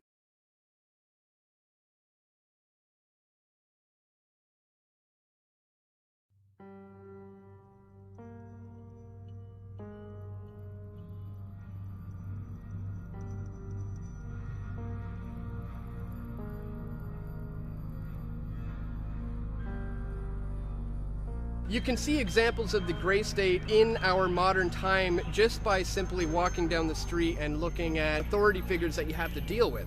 You can see that a lot of authorities are becoming more militarized just by in the way they look, in the way they act, and the way that they treat us. If you have an honorable discharge from the military, it's pretty easy to get a job in any police force in America.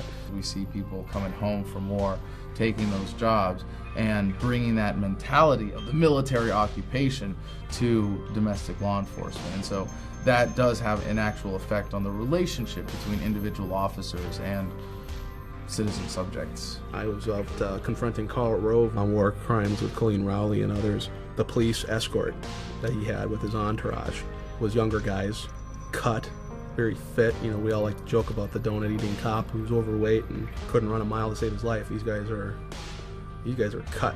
And the look in his eye when I was disobeying him, he wanted to hurt me. He wanted to hurt me. I even called him out on it. I said, "You want to hurt me right now, don't you? You really do. Let me guess, you were over in Iraq, weren't you?" And he says, "We need you to leave. We need you to leave right now." I'm like, "Well, isn't that a bitch? Because I bought a copy of Karl Rove's book here, so I'm a customer. I'm not loitering, am I?" This guy, he wanted to hurt you. If he had been given the order by his higher-ups to beat the living piss out of me, he would have not hesitated. So you have a lot of guys coming out of that mentality of the dehumanization of the enemy, that is how we impose martial law in Iraq and Afghanistan, and applying that in the United States. We see this militarization of the law enforcement, and we combine that with the conditioning that we do. They're not even people, they're bad guys, they're criminals, they're enemy, they're drug users. So these people are inherently evil, and we are absolutely good, and we have the best high-tech equipment and weapons, and we are going to squash this enemy. It goes back to the ego again and the badass mentality, and then the police want that because, yeah, they don't want people questioning what they're doing. They want people who get off on power. Shut your mouth, I'm talking! I am Officer Riviere. Now, the sooner you learn that, the longer you're going to live in this world. There is a intentional dumbing down of Americans. You all realize that. And that starts in public school. The cops in the military went to the same public school you and I did. And they didn't learn their history, didn't learn their heritage, they didn't learn the Constitution, but they're not all bad. Most of them, I'm sure, joined the police and military because in their hearts, they saw themselves as a hero. And they wanted to be a hero. And they wanted to be a defender and a guardian. And so the best of motives But if they don't know the Constitution, and they don't understand the basic principles about human rights, they can be easily manipulated and twisted into becoming dissident forces. I often talk about how things seem to be going in cycles, and how history repeats itself, and how, like, we have the Occupy movement is the Hooverville of today. With the Occupy movement, we saw militarized police using weapons used in foreign wars against protesters domestically. These Occupy Wall Street people are dissenting, and we need to crush them. Scope 16, skirmish line, up!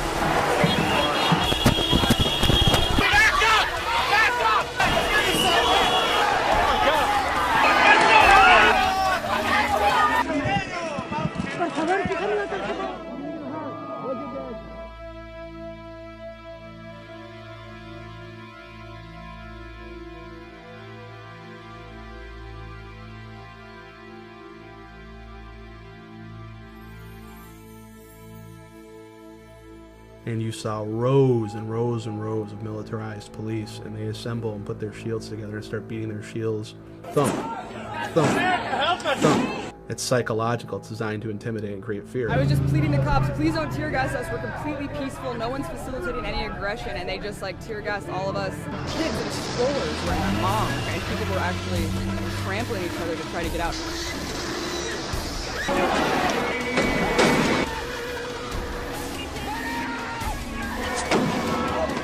I've had conversations with police officers before and asked them about what's going on with Occupy Wall Street.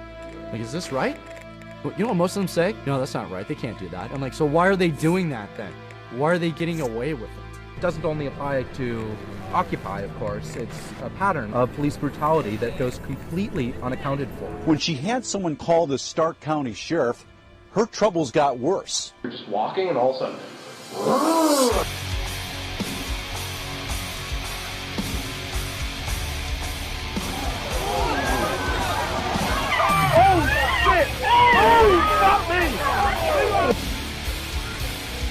Without a warrant, commandeered my vehicle, searched and seized my home. Both of them bust out of the car with the guns drawn. Get on the fucking ground, let me see your fucking hands, don't fucking move. Hands! Fucking hands! At least 8 officers rushed to the car with guns drawn and even rifles out. Then one fatal shot was fired. Sticking their middle finger at us and screaming obscenities, telling us your friend shot himself. I have no criminal background, I have no psychiatric past. They have to search me. I'm holding my dick in my hands. Are you gonna stick your hand down their pants or something? Yep. What's my arm? What's my arm? They started shooting him. The controversial police shooting in Anaheim. They just released the dog and I had my baby. They smashed my face into the drywall and asked if I was going to cooperate. If I refuse, that makes me guilty right away. I complied under duress. Stop resisting! Stop resisting! I had no witnesses. If I had resisted, I would have been busted up. Could have been in the morgue. He saw a police officer shoot Patricia Cook to death in this church parking lot. Stepped out in the street and fired 5 more times. I wish I knew what the hell was going on. The American people refuse to be terrorized, except by our own fucking government. As an American, you are 8 times more likely to be killed by a cop than by a terrorist. I would rather go to jail than be dead.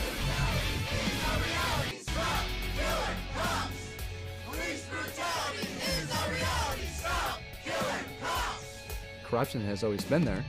You don't question it because the higher up you go within the police realms, it's kind of like the mafia. Well, they'll take care of you. You know, you never narc on a fellow officer. No charges have been filed. There was no jury. A judge was the sole decider. He says police videos like these should be used to protect police, not go after them. There wasn't going to be any investigation at that point.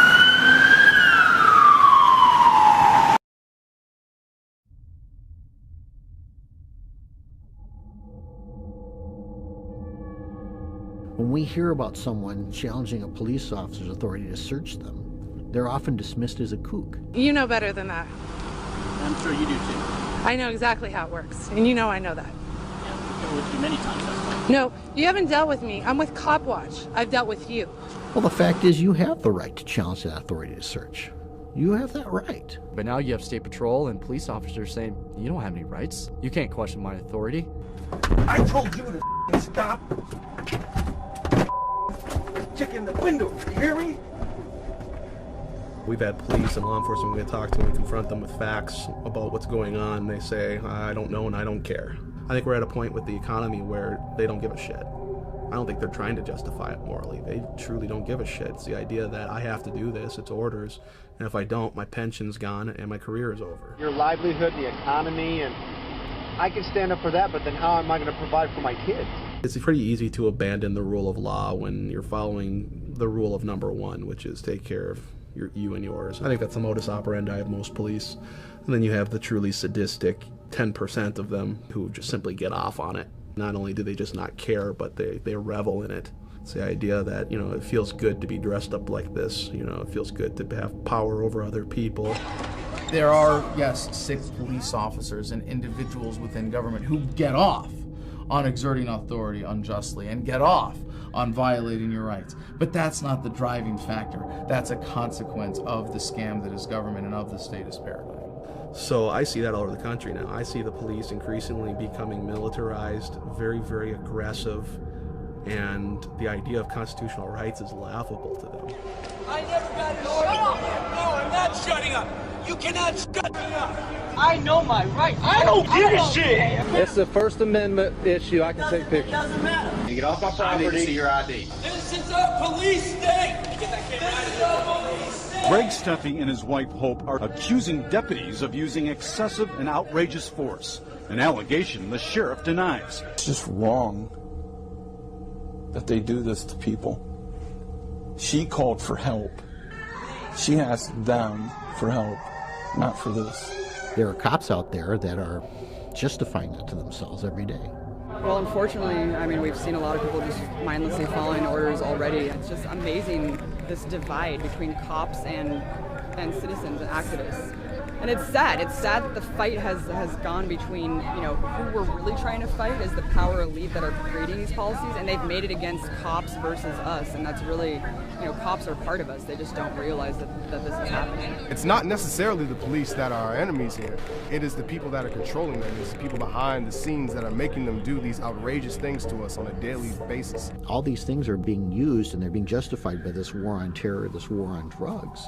And the question is, why does the federal government feel like the solution to these problems is to declare war on us? We will again set an example for the world that the law is not subject to the whims of stubborn rulers and that justice is not arbitrary. Shortly after 9/11, within a week or two, there was a bill brought to the floor that had been floating around the Congress for several years, but it never had enough support and they couldn't get it passed. But on after 9/11, they said, now is the time that we'll pass this wonderful bill that's going to protect the people, the Patriot Act. But if they had called that repeal the Fourth Amendment Act, maybe it wouldn't have passed so easily. There are no shortcuts to protecting America. I will provide our intelligence and law enforcement agencies with the tools they need to track and take out the terrorists without undermining our Constitution and our freedom. The US is funneling money into tracking systems that are threatening to make the very concept of privacy a thing of the past. In the past 5 years, the Department of Defense has shelled out an estimated $3 billion on biometric programs, technology that uses physiological and behavioral recognition to identify people. However, the top cash cow is expected to remain government spending on security. It's always the government that says, oh, if you don't have anything to hide, why are you worried about the Patriot Act? Why are you worried about all these spy systems and data mining? But yet it's those same people that hide in private, that meet in secret, under armed guards, that won't disclose what they're doing, but they want to see, hear what we're doing.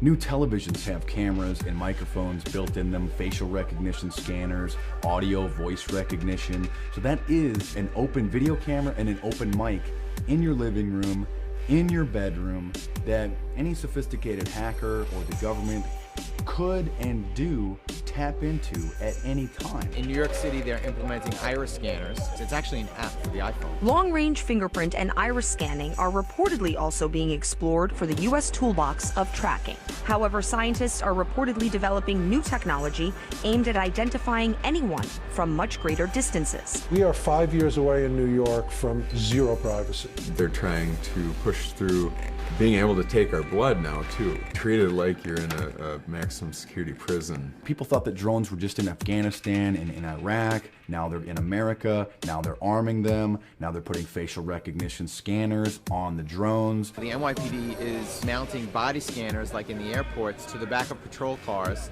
and they're going to be scanning people as they drive up and down the streets. So the Supreme Court has already ruled that the NYPD wasn't allowed to use infrared technology to do the same thing. So now they're just trying a different flavor of radiation. When I worked in the agency, this was the day before gigantic amounts of computerization. Everyone had a 201 file. Everything we knew about a target would include any comments that people had made about you, anything we'd overheard about you, 5 or 6 files, each 2 or 3 inches thick. The amount of effort it took to go through something like that in paper format meant a good deal of the 20,000 employees in the CIA spent their time doing just that. In today's digital age, when you can go online and get 90% of a person's history just from open source, your life is not your own as far as the government goes. You can't have 100% security and also then have 100% privacy. We're going to have to make some choices. We see the globalists building a giant police state control grid and calling themselves technocrats.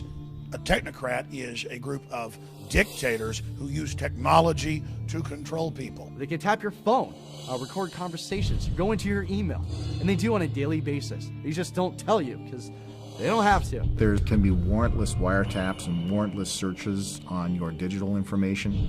There's stuff out there that will suck your hard drive in 10 seconds or less. It's no big deal. A system touted as a national security necessity is being used to build a database where the biometric identity of millions of Americans will be gathered and stored. It is of no dispute that who you're calling, when, how long you're talking, what you're buying, all this stuff that happens on your iPhone or smart device is being used.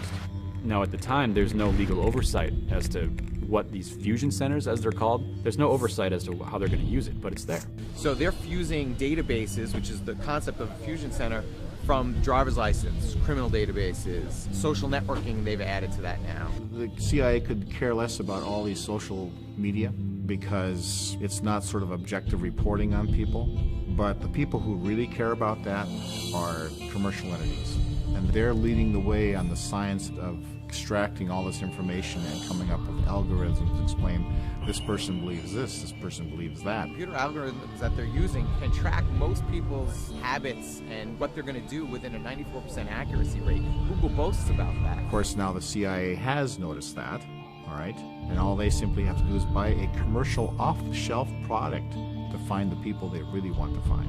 So if I use my iPhone to purchase a product, it's flagged, it's under suspicion, I'm going on the list. That will be, tucked away for a later time. That means that people can collect it and then look at when they want to. And they may only want to when all of a sudden you say, hey, I object to this. And they go, oh, well, let's take a look and see what would make you object to that. Let's see why you don't like what we're doing to you. You haven't committed a crime yet, but the second that spectrum of crime shifts over to include whatever it is you are doing, they do know where you are. If you become a political enemy to somebody, or you have an ideology that people don't like, look, right now there's a war on raw milk in this country.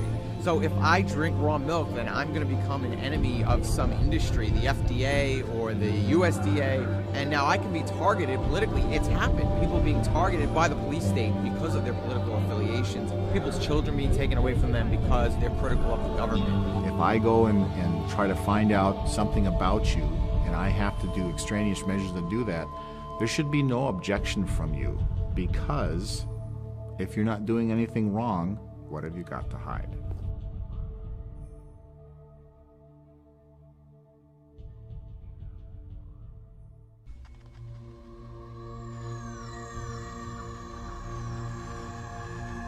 But it's very hard to explain to people who don't get it, because it's to them it's normal. They think it's just being open, and they live in a world of reality shows. They want their every little thought to be communicated. That's not an Orwellian dystopia, it's a Brave New World dystopia. It's a nightmare, but they don't know it, they're happy. So that's the worst of all, really. Like me? Yeah, like what? Everything. Like what? Well, do you ever deposit or withdraw more than $1,000 in your bank account? Yeah. Okay, well, you get reported to the freaking Department of Homeland Security every time you do that. So what? Why should I worry about it? I'm a Verizon customer. I don't mind Verizon turning over records to the government. I don't think you're talking to terrorists. I know you're not. I know I'm not, so we don't have anything to worry about. Get an iPhone and you're good for life. For them, it's logical. If they want to see me going to the football game, fine, I don't care. But actually, they are slightly modifying their behavior and they're less free as a result. The chilling effect is very strong because when you are telling people that they're being spied on, I mean, the drones, for instance, this new element of drone surveillance, a lot of people say that they're just like, well, I have nothing to hide, so why should I care? That's not the point. The point is that when you have a tape recorder out on a table, you're not going to say the same things that you would before. You're not going to dissent as much. And that's the real suppression.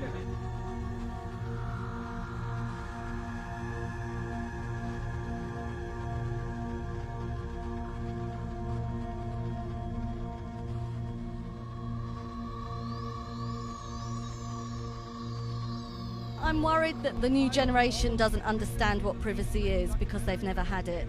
And because everything is about sharing. And I mean, we probably the last generation who knew what it was like to be unmonitored. Therefore, we know what we're losing, but they'll never know. So the question is, why don't you trust us? And I tell people, because I've been one of the people who are supposed to protect America. I'm just a person. I have likes, dislikes, I have opinions, and all that stuff bleeds through to what I do. And they say, well, you can trust us because we're not going to misuse that. But they've proven over and over and over again that they will misuse it. J. Edgar Hoover had enemies lists, and he was working to make these people's lives miserable, and they were using all these federal powers that they have to destroy people's lives. By sifting through this so-called metadata, they may identify potential leads with respect to folks who might engage in terrorism. Well, we all know that their definition of terrorism in every government, every dictatorial regime, inevitably starts going into the area of people who criticize what the government's doing. When you become a political target of the gray state, they're going to use anything they can. So if they have a total surveillance state, but they can just look at your Facebook page without a warrant, now they can use that against you. And I'm convinced there are certain politicians out there that if they could put their political opponents into camps, they would just do it. They haven't crossed the line to where that would be possible. But what they can do is they can change the way people feel. And I'll offer an example of this. Smoking. We banish smokers to parking garages and predetermined locations 25 feet from a building entrance. Smoking is really not socially acceptable anymore. How were they able to do that? And the answer is that they were able to pass more restrictive anti-smoking laws because they were able to make smoking socially unacceptable. If they had the authority to do it, if they could do it, if it were socially acceptable for them to do it, they would take their political opponents and round them up and put them in internment camps. People say, well, that's ludicrous. No one would ever actually do that. Well, we did it. During World War II, we did it to the Japanese Americans and some German Americans as well. In fact, we even called them concentration camps. England did it in Ireland during what they called the Troubles, euphemistically, where they would intern people at what they called Her Majesty's pleasure, which means they would keep people interned there in prison indefinitely. Now we're saying, well, we can do that too. All we have to do is call someone a terrorist and we can lock them up pretty much as long as we want.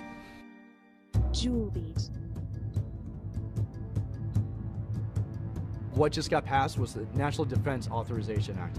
What people don't realize, because it wasn't reporting in mainstream media, it completely finally put the nail in the coffin on the Constitution. When the Patriot Act was introduced after 9/11, its most draconian measures were not exercised right away publicly. It was much more private. Well, now with the passing of this new Senate bill, they're advertising. They're saying it's here now. Have you heard of posse comitatus? You know that, right? Yeah, I mentioned that today, but I'm not familiar with it. It strictly prohibits and is very clear that the military is not to be used against American citizens, not to be active on American soil. They cannot arrest you. They cannot act with force within American soil. That's what the police is for.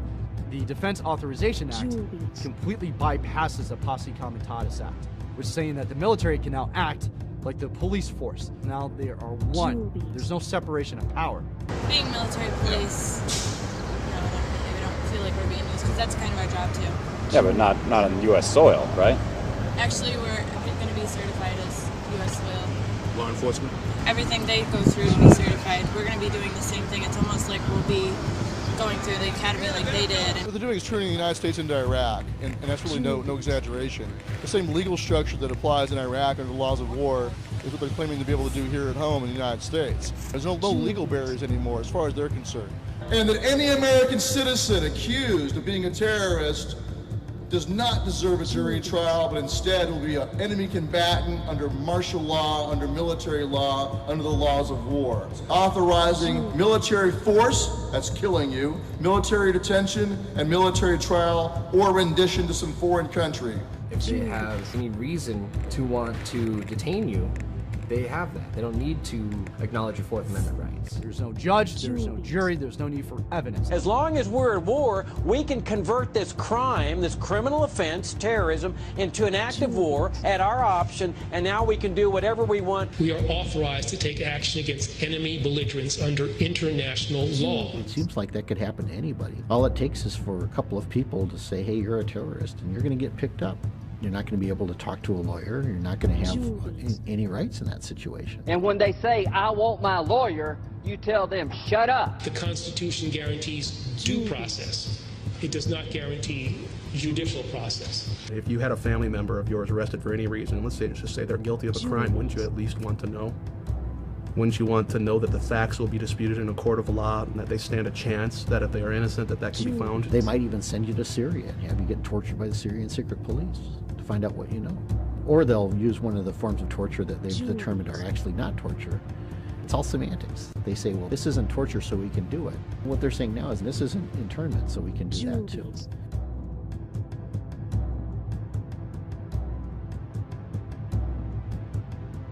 Juliet.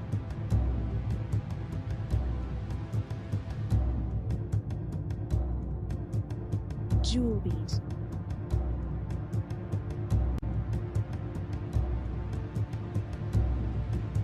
Juliet. I have two words for you. Predator drones. Juliet. You think I'm joking?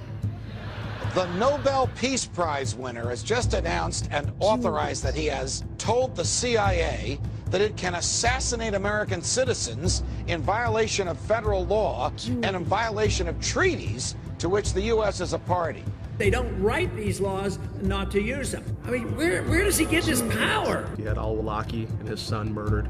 These were American citizens. Awlaki is a terrorist. Probably the most significant risk to the U.S. homeland. We certainly want to neutralize him. It's a huge change of presidential powers that has occurred because totally right and totally constitutional. It's the one thing right to kill anybody without the due process of law and have a kill list? Are you kidding me? President Obama has used more targeted killings than the Bush administration ever did. This is a program that amounts to the executive branch saying, trust us. But when the president can kill whoever he wants, then he's not a president anymore, he's a king. His citizenship should no more serve as a shield than a sniper shooting down on an innocent crowd should be protected from a SWAT team. And these guys probably are bad dudes, and that's how it's used right now. But if you study history and you know that you allow this kind of abuse of power by the federal government, you undermine the rule of law, I fear what happens to us down the road. Germany, China, could only dream of what the United States just did. Because this just opens the floodgates for oppression and tyranny. The United States just 50, 60 years ago was the example of the world for freedom. Now you notice our criminal government never criticizes Russia or China anymore because they can't. And China passed its own NDAA and said, hey, we can arrest and kill people secretly too. Look, the Americans do it. It's just codifying into law that the United States Constitution and Bill of Rights are null and void. We don't care what your guys' intentions are. We know what this can be used for later on, because there's a reason you don't chip away at liberties, because at some point you end up with a tyranny. The minute you stop fighting for that freedom, it's going to diminish and ultimately disappear. And once it's gone, we're not going to get it back. I got 3 kids! I want them to grow up with freedom! Don't you want your kids to have freedom? They're not going to have it! What I don't understand, though, is how come more people aren't awake to it when it's so blatantly obvious to so many of us. Is the conditioning really that pervasive? People who go along with the system, saying like, I will support the system, I will do it, I'm not going to question it. Those are very naive people. God has ordained the police officers, in a sense, to restrain evil. We're to submit. As long as we submit to state authority, continue to yield our liberties, and modify our behavior to fit the mold of federal approval, this unlucky person being dragged away will not be us. And as long as at least we believe our freedoms are not at stake, we will be allowed to return to the comfortable complacency of our padded, regimented lives. You're not safe. Just because you're working for the system, you feel like you're protected. You're not protected. We don't have that anymore, and the American public couldn't care less. It's astounding. I don't care. I don't think they're American citizens. I understand. He was a 16-year-old teenager from Colorado. I understand. You don't care? Really? No. I support it completely. You support it completely? So indefinite detention for Americans and assassination of Americans, absolutely, because Obama said it. Absolutely. All right. Happy 4th of July. Why should people give a shit? This is our country. This is our home. And we have rights given to us by the Constitution. Without the Constitution, the United States is just another piece of property, that's it. Well, to the best of my ability. Preserve, protect, and defend.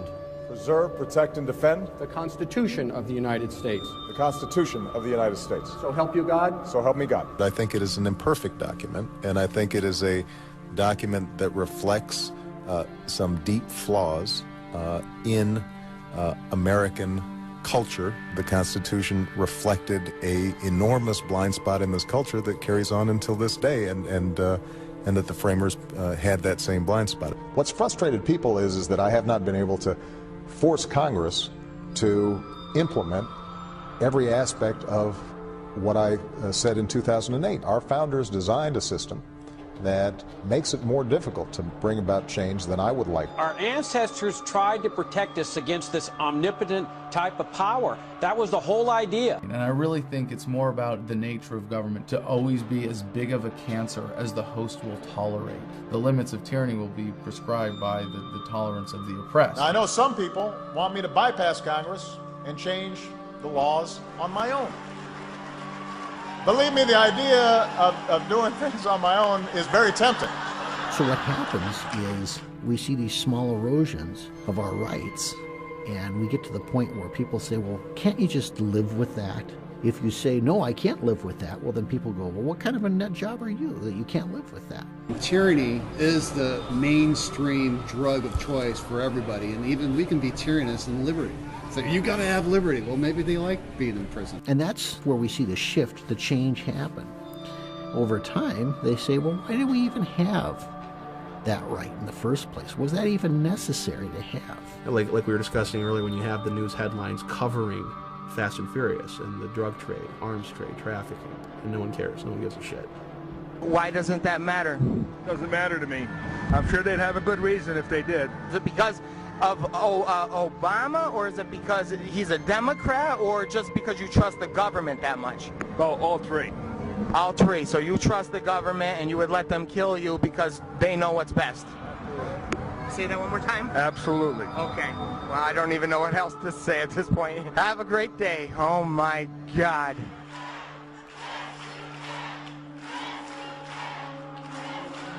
The gray state is inevitable. It's coming. Technically, it's already here. We want to urge you, today's Viper searches did not come from any particular threat. One TSA official says intelligence tells them they should be focusing on the highways as well as the airports. They also warned that terrorists are going to be striking at home, that terrorists now are going to be domestic. The menace of terrorism has mutated. Homegrown terrorism is one of my biggest concerns. It's happening in our own backyard. They're trying to indoctrinate us into a tattletale society where we all think each other are suspect. They're recruiting truck drivers into the First Observer Highway Security Program to say something if they see something. Be responsible citizens, report that. Bottom line is this: if you see something suspicious, say something about it. Everybody should be aware of what's going on the road. Close to 1 million Americans signed up on this list saying that they will report their neighbors to the government. You have financial rewards if you spy on your neighbor. In some cases, you're required to. We can reference the story of the city in Vietnam. In one night, Viet Cong rolled in, rounded up 4,000 Vietnamese men, and had them all executed by the next morning. And the CIA just could not figure out how they did it. Well, the answer is they have a system of informers. And what are we being taught to do? If you see something suspicious in the parking lot or in the store, say something immediately. Report suspicious activity to your local police or sheriff.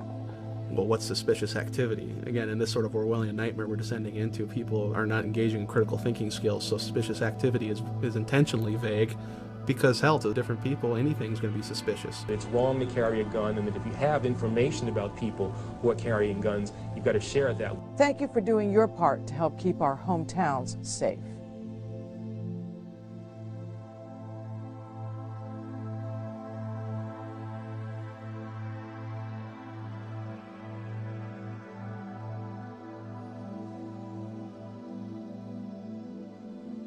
Those who have become completely and utterly dependent upon the government for literally life to live. You look at food stamps, welfare, say what you want about the compassion behind these programs. The fact of the matter is you're creating dependency. And so it's going to be very easy to turn the masses on these groups of people who are independent. These militias, generally, these are people who know how to provide for themselves. They're survivalists. They're people who know how to live off of the land. We can't have that. We don't want other people's learning to become independent. The powers that be want to discourage you from learning about self-sufficiency and independence and be fearful of these groups that are. They want to attach to us these labels and social stigmas so that the general public is going to look at, I don't want to have anything to do with that. And you see folks waving tea bags around. The threat these groups pose is evolving. We see these people being portrayed as being on the fringe, unstable, or even dangerous. And what we're doing is we're making the descent socially unacceptable. There's going to be small pockets of resistance as the economy gets worse. You're going to have more and more militias gaining credibility and numbers. It is imperative that they demonize these groups, create fear. These people are terrorists. It's basic psychology. You dehumanize your enemy and you make them a threat.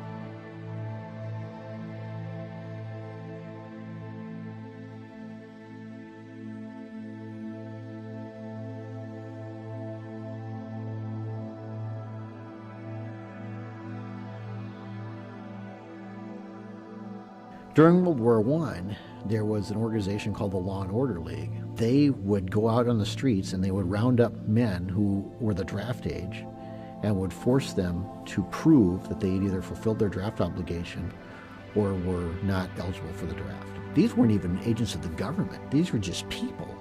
These people carried badges and they had all the authority of the federal government behind them. I pledge to be of service to Barack Obama. Yes, we can. Obama speaks on race America. Yes, we can. Have our own dreams and do not commit the expense of your dreams. Yes, we can. They've been conditioned, just like the soldiers are conditioned, to hate their enemy.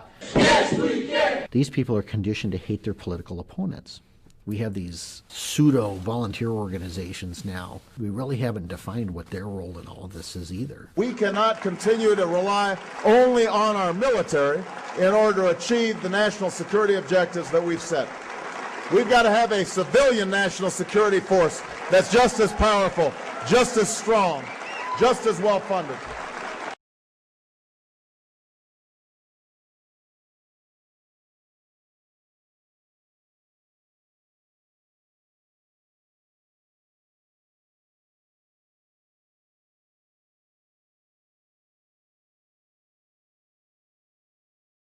Now we begin to appreciate the magnitude of our opposition.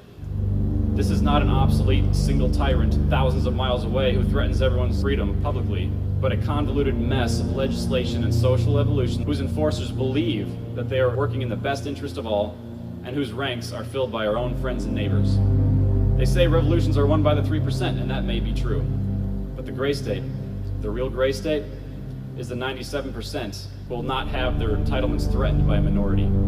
And at the first sign that these government subsidies will end, will finally act to betray us. It's kind of working against us to care about other people. As long as they're safe, as long as they're okay, as long as they're not being searched, as long as they're not having their stuff taken away from them, I've got mine, I'm okay. And next thing you know, you've got people showing up on your front door saying, it's time to go. We changed the law and now you fit. Police department, everyone move! What we have now is the illusion of a free republic. It's called incrementalization. Hitler did not have the Jews rounded up into camps overnight. It was step by step. First they had to show their papers everywhere they went. Then they needed tattoos. Then they needed to relocate to labor camps. Then they were exterminated. To say that these things couldn't happen, which you hear all the time, oh, that couldn't happen, this is America. Who the hell are you? What, because you're American, it makes you somehow different from the rest of the world? It is not unfathomable to believe that human nature is about only a few things: power and control.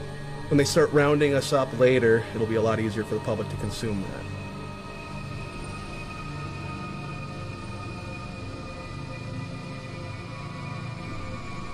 Here's something fun. When you get 5 minutes out of your busy day, what I recommend doing is going on Google or YouTube and checking out FEMA concentration camps. This is some type of residential center internment camp. Right here you can see the gates, both sides. These both have barbed wire on them and they're facing inward, of course. You can see it's all fenced in right here. Once you cross this threshold, you're in there. Now these residential areas can house over 30,000 people at one time. Now, are you telling me that there's 30,000 people in one location that we need to be worried about? Look at Germany, an advanced civilization, and they fell into a despotism in a span of 10 years after an economic collapse. It can happen here. You think it can't happen here? What's this concentration camp thing you're talking about? What is this thing about bringing foreign troops in the United States? What scenarios do you live in? This is a historic pattern. This has happened in the past. Documents are out, the detention camps, and the internment camps, the re-education camps. They're hiring for positions in these camps. These institutions are becoming active at the same time that this defense bill was passed, and now that the economy is on the verge of collapsing. There's no markings of any type of business. This is not a correctional facility. Got a call from a buddy of mine that's serving in the Army right now. He's saying that this is already staffed. They already have military personnel on the grounds. Something is going down. You know something's on the horizon because people, look, they don't do this just to be safe.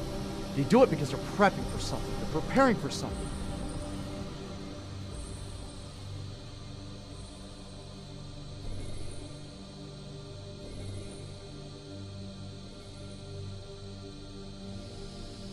They are prepping for an economic collapse, the likes of which no generation has seen in hundreds of years.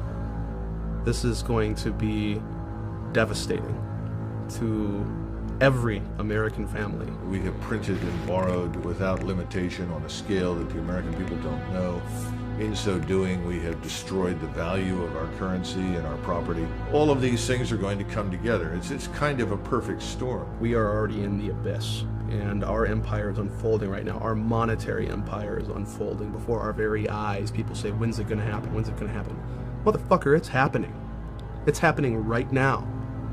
It's happening right now. And what you see happening already in the markets is a reflection of the recognition that we are tied to what's happening in the Eurozone. We've already shipped trillions of dollars over to the European Central Bank in the hopes that they could postpone this inevitable collapse. We are about to plunge headfirst into the third world. The prosperity you and I grew up with, the cheap access to food, clothing, fuel, never again.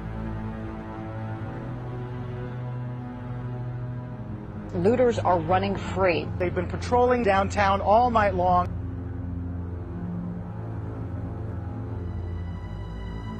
If I could offer anyone advice, get out of the cities. There'll be rioting, there'll be police going door to door, gun confiscations, bread lines. You wouldn't want to be in an urban environment if there was some sort of societal collapse. You have 48 million people on food stamps right now. So when the economy collapses, literally millions, tens of millions of people dependent upon that system. They know nothing else. All these people are going to be looking for resources. If you have resources they don't have, there are people that are going to feel entitled to try and take them. People surrounded the car. They dragged the driver out and beat him bloody. I had some friends that served with me in the Army who were Cobra pilots, and then they ended up flying Hueys and other aircraft in the Air National Guard during Katrina, and they told me that the whole experience was terrible. People on the ground in New Orleans shot at them. They said it was reminiscent of Somalia. Their lives in extreme danger tonight. Oh my goodness. There's a theory that applies to disasters. It also applies to personal survival, and that's what we call the yo-yo theory. Y-O, Y-O. You're on your own. And if you don't know how to farm and produce food for yourself, to sow and reap, harvest, game over. You have been taught purposely not to have those skills. A guy who's originally an accountant can't provide for his family, can't defend his family, can't do anything. He's helpless, he's bleeding. Somebody help me, God damn it. And the government steps in. Here's our solution. When you got a problem, you call the National Guard. They're the nation's 911. Overnight, police in New Orleans enforced a dusk-to-dawn curfew. The police and National Guard going street by street, instructions to disarm anyone inside. We'll take all weapons. Los Angeles, Philadelphia, New York, Baltimore, Washington, Chicago. Those are the areas where I would see the military being deployed. A future where the federal government literally controls distribution of power, food, water, is only one sort of widespread disaster away. You look at Hurricane Katrina. They turned the Superdome in New Orleans into a giant FEMA camp, and they didn't get water out there for 5 days. You really think their job is to feed you and protect you? That's not what FEMA exists for. They exist for management, federal emergency management. And there's no better way to manage you than by controlling food. Then they kind of decide who's hungry and who's not. And again, I think they'll do whatever they can to exercise restraint, but it depends on what they encounter. Smash it!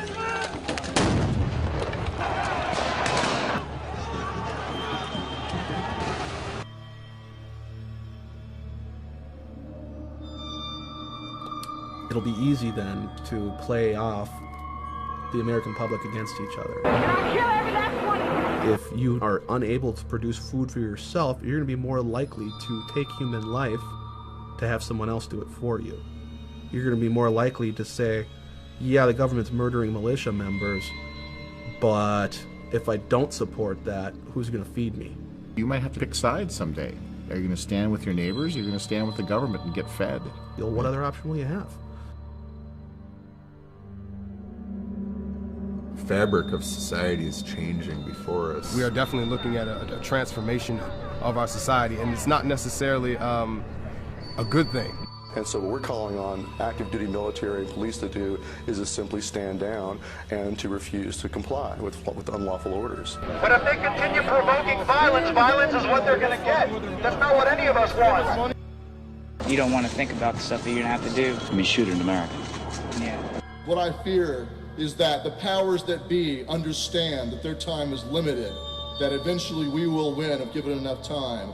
My concern is they will try to use the only tool they have, which is force, to try to crush the revolution before we can be successful in a peaceful manner. That's my great fear. What people need to realize is that they are creating this problem. They want to push people over the edge to create this chaos. They're going to try to capitalize on it. Their vision for what's next is a global Fed and even more power. Power being stripped from the people, being stripped from the communities, being stripped from the states and centralized and then internationalized.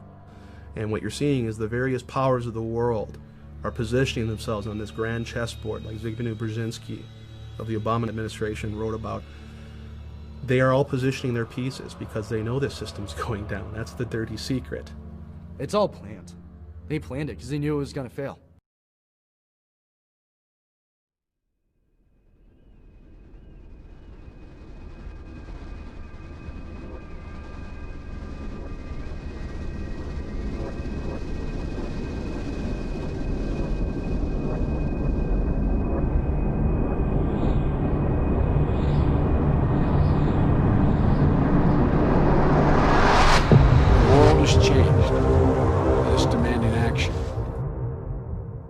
The United Nations should play an essential role in stabilizing world population. You look at the people who are controlling or pulling the strings. The Honorable Henry A. Kissinger. The actual controlling people of the world and the globe and how they perceive humanity. It's disturbing and it's also psychotic because these people don't care about human rights. These people don't care about human liberties or freedom. They treat you as a number. This is, in all the globalist documents, their whole program is absolute war against humanity, a final revolution against everything good, a scientific dictatorship. They don't really care whether you have liberties or not, except in terms of how much it allows them to exploit you. The negative impact of population growth on all of our planetary ecosystems is becoming appallingly evident. They could care less of what happens to you. They squeeze slowly any kind of human right or critical thinking from you. These are deep-seated, deep-rooted, evil individuals, a cabal of individuals who have run the world for centuries. We are being hit scientifically. We are in a petri dish. We are under assault. We must resist the takeover. Their allegiance is to the global bankers. Their allegiance is to the New World Order, not to the United States, not to the Constitution, not to freedom. The New World Order has no legitimacy and that we as a people are not afraid, and we are waking up to the robber barons and the big banksters who are looting this economy with the Federal Reserve. Well,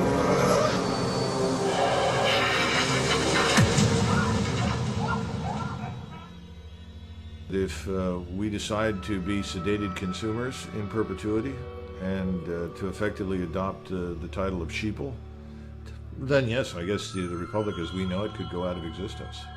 And within the next 20 or 30 years, we'll look at something like Brazil. Tens of millions of people living in poverty, with a very few people at the top controlling most of the capital and dictating the lives of everyone else. We have become decadent. We've become proud. We've become arrogant. And worst of all, we have abandoned our Bill of Rights. We've let them take it. If we allow democracy through negligence and carelessness and the crude ambition for money, power and glory of politicians to be handed away, as we already have in Britain, to a supranational entity which we do not elect and cannot control, then you become just another police state. The freedom of the people will no longer be guaranteed by their own voice and their own vote. There will be an increasing gulf fixed between the governing class, which will wield all realistic power, and the governed, who will wield none. We'll be right back to square one, and all the work of your founding fathers will have been carelessly set at naught by the very people to whom you have entrusted the defense of that Constitution against all comers. You are violating the most sacred oath you have taken.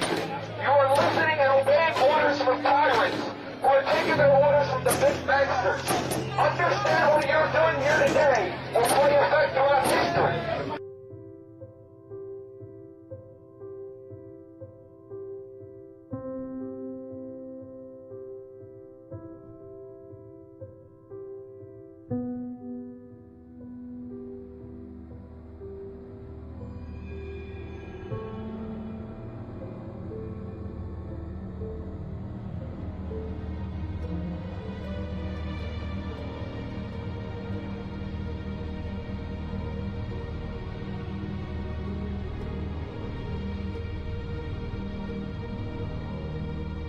The hour is late.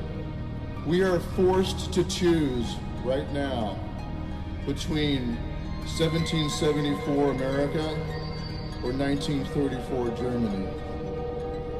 Which one is it going to be? We're now in exactly the same position our forefathers were in 1774. Almost a mirror reflection. King George, until the fighting started, did not claim the power to order colonists murdered. But your president now claims the authority to use drone strikes or anything else against you. It's even worse than what King George claimed the power to do. They are asserting the power to treat you, the American people, exactly the same as an occupied, conquered enemy nation. What is that? It's treason!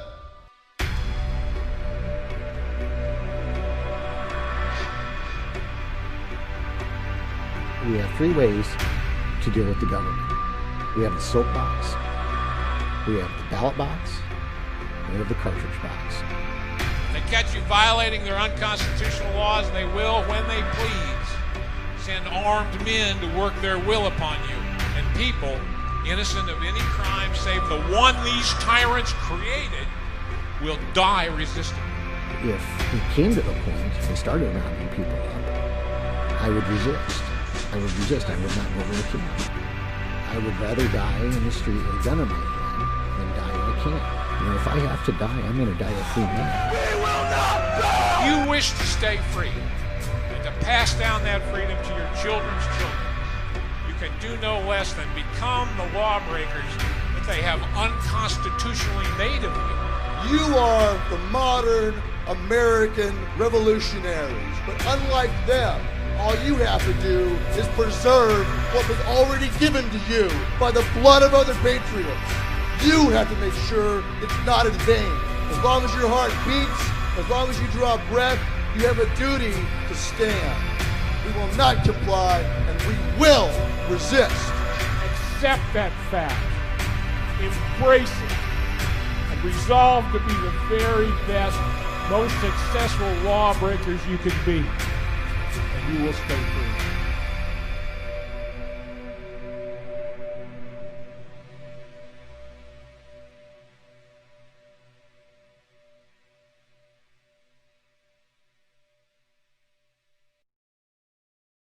When does the info war turn into the shooting war? For the individuals who are put in circumstances where they're justified doing violence against agents of the state.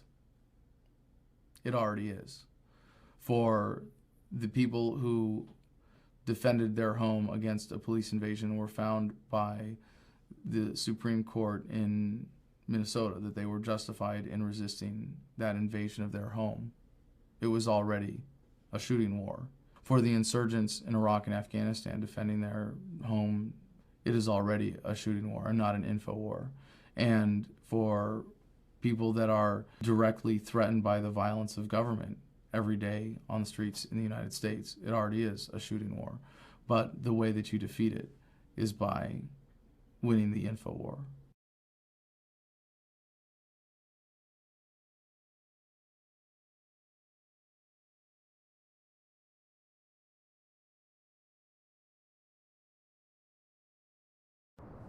The thing you have to remember is the task that we have before us today is a task that's never been attempted before in history successfully. No republic, once it's gone corrupt and long in the tooth, has ever been resuscitated. Ever. Look at history. I pray every day that we can revive this republic.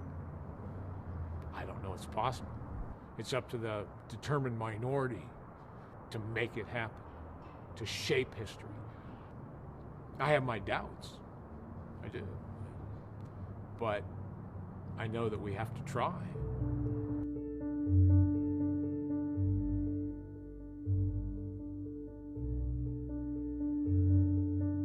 We're coming to a point in human history where statism, I think, is coming to an end because people are waking up to its true nature. Human productivity, prosperity, that the government can never stop, is going to empower us to see past the paradigm of statism. It's a message of empowerment. It's a message of celebrating the divinity in every human being, the inalienable rights that we all enjoy. I could come down to the conclusion very simply, freedom is popular. People, it's not my message, it's a message of America. Zen libertarianism, to me, is something that has allowed me to really fully appreciate the epicness of every moment that I am fortunate enough to enjoy on this planet. If you really understand the physics of reality, the fact that every cell in our body is replaced every 7 years, that at the atomic level there is no such thing as matter as much as there is waves of energy that matter is composed of, and of arranging the molecules in your brain to engage in the rest of the world, to be a part of the universe, to enjoy the experience that it is, to be a spinning wave of energy, a spiral of light that we are as human beings. America, you still consist of nothing but free, beautiful, independent human beings, capable of being the alphas of your own lives. The truth is empowering and sets you free. And there is no such thing as government. You can see it for what it is. There's not a police officer, it's just a man in a blue costume with a gun. And the guy in the courtroom isn't a judge who has some superior moral claim to your life. He's just a guy in a black robe. And you're able to see the matrix. You're able to wake up and see all of the code behind the language of society and the way that we think, and to be able to free your mind from that prison of fear and being able to step back and never be caught up in the fears of statism, to be afraid of losing your life, to never be afraid of dying because you come to accept its inevitability. That's Zen libertarianism. At the end of the day, we all die. We're all going to die. No one gets out of here alive. And so what counts is what we do and who we are.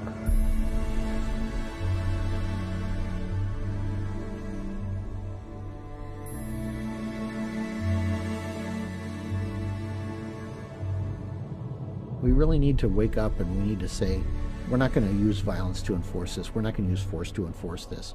We're going to settle this in a more civilized manner.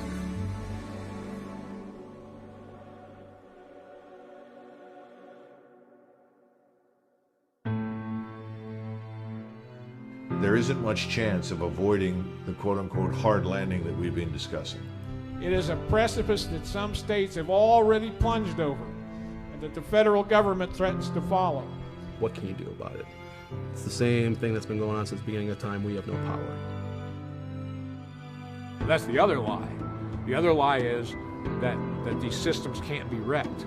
They can be wrecked simply by an individual saying no. Let's be a man in America and a woman.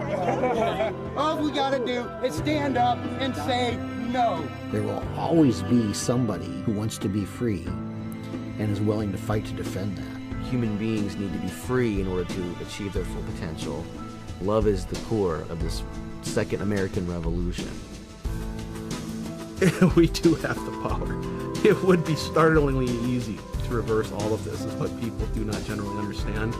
The elites in every case always believe they are invincible, and they never, ever are. Regimes always fail, and it's only a matter of time before everything comes crumbling down and a new beginning happens. Freedom and being free will always be there. All we have to do is essentially refuse to play ball. You get enough people to do that and just refuse to go along. It doesn't involve a bloody revolution. And in fact, for this one to really truly be unique from revolutions in the past, it has to be that way. And that's it. And it's up to us, guys. This is no joke. Tyranny is the old idea. It's over and done with. We don't need more tyranny. Change this country, go back to our roots, decide that we want to live in a free country and not in a country rapidly drifting toward totalitarianism. We need to reverse the course. I want you to imagine this.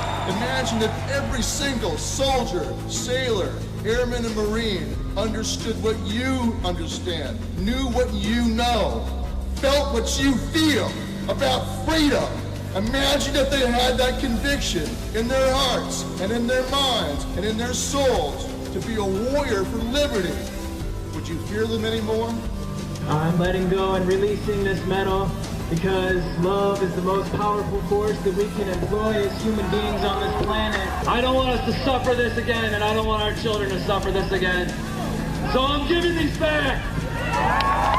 And it's been said that you should never doubt that a small group of people who have firm convictions can change the world, because that's the only way it's ever happened before. It's a bright time, it's a hopeful time. I'm looking forward to seeing what happens, because they are on the run. You know, we're on the march and the empire is on the run. One drop of truth, as you know, is an antidote to an entire bucket of bull. But once your eyes are open, that's it. You're taking the red pill, and from that moment on, you are lost to the elites. They no longer have any power over your mind. Ideas spread, they can't stop them. An idea whose time has come cannot be stopped by any army or any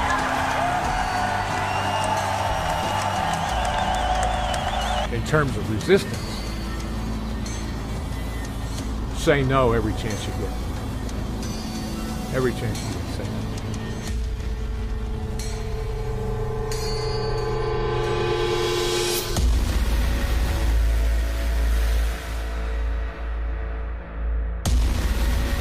Let no man say we did nothing in this, our darkest hour.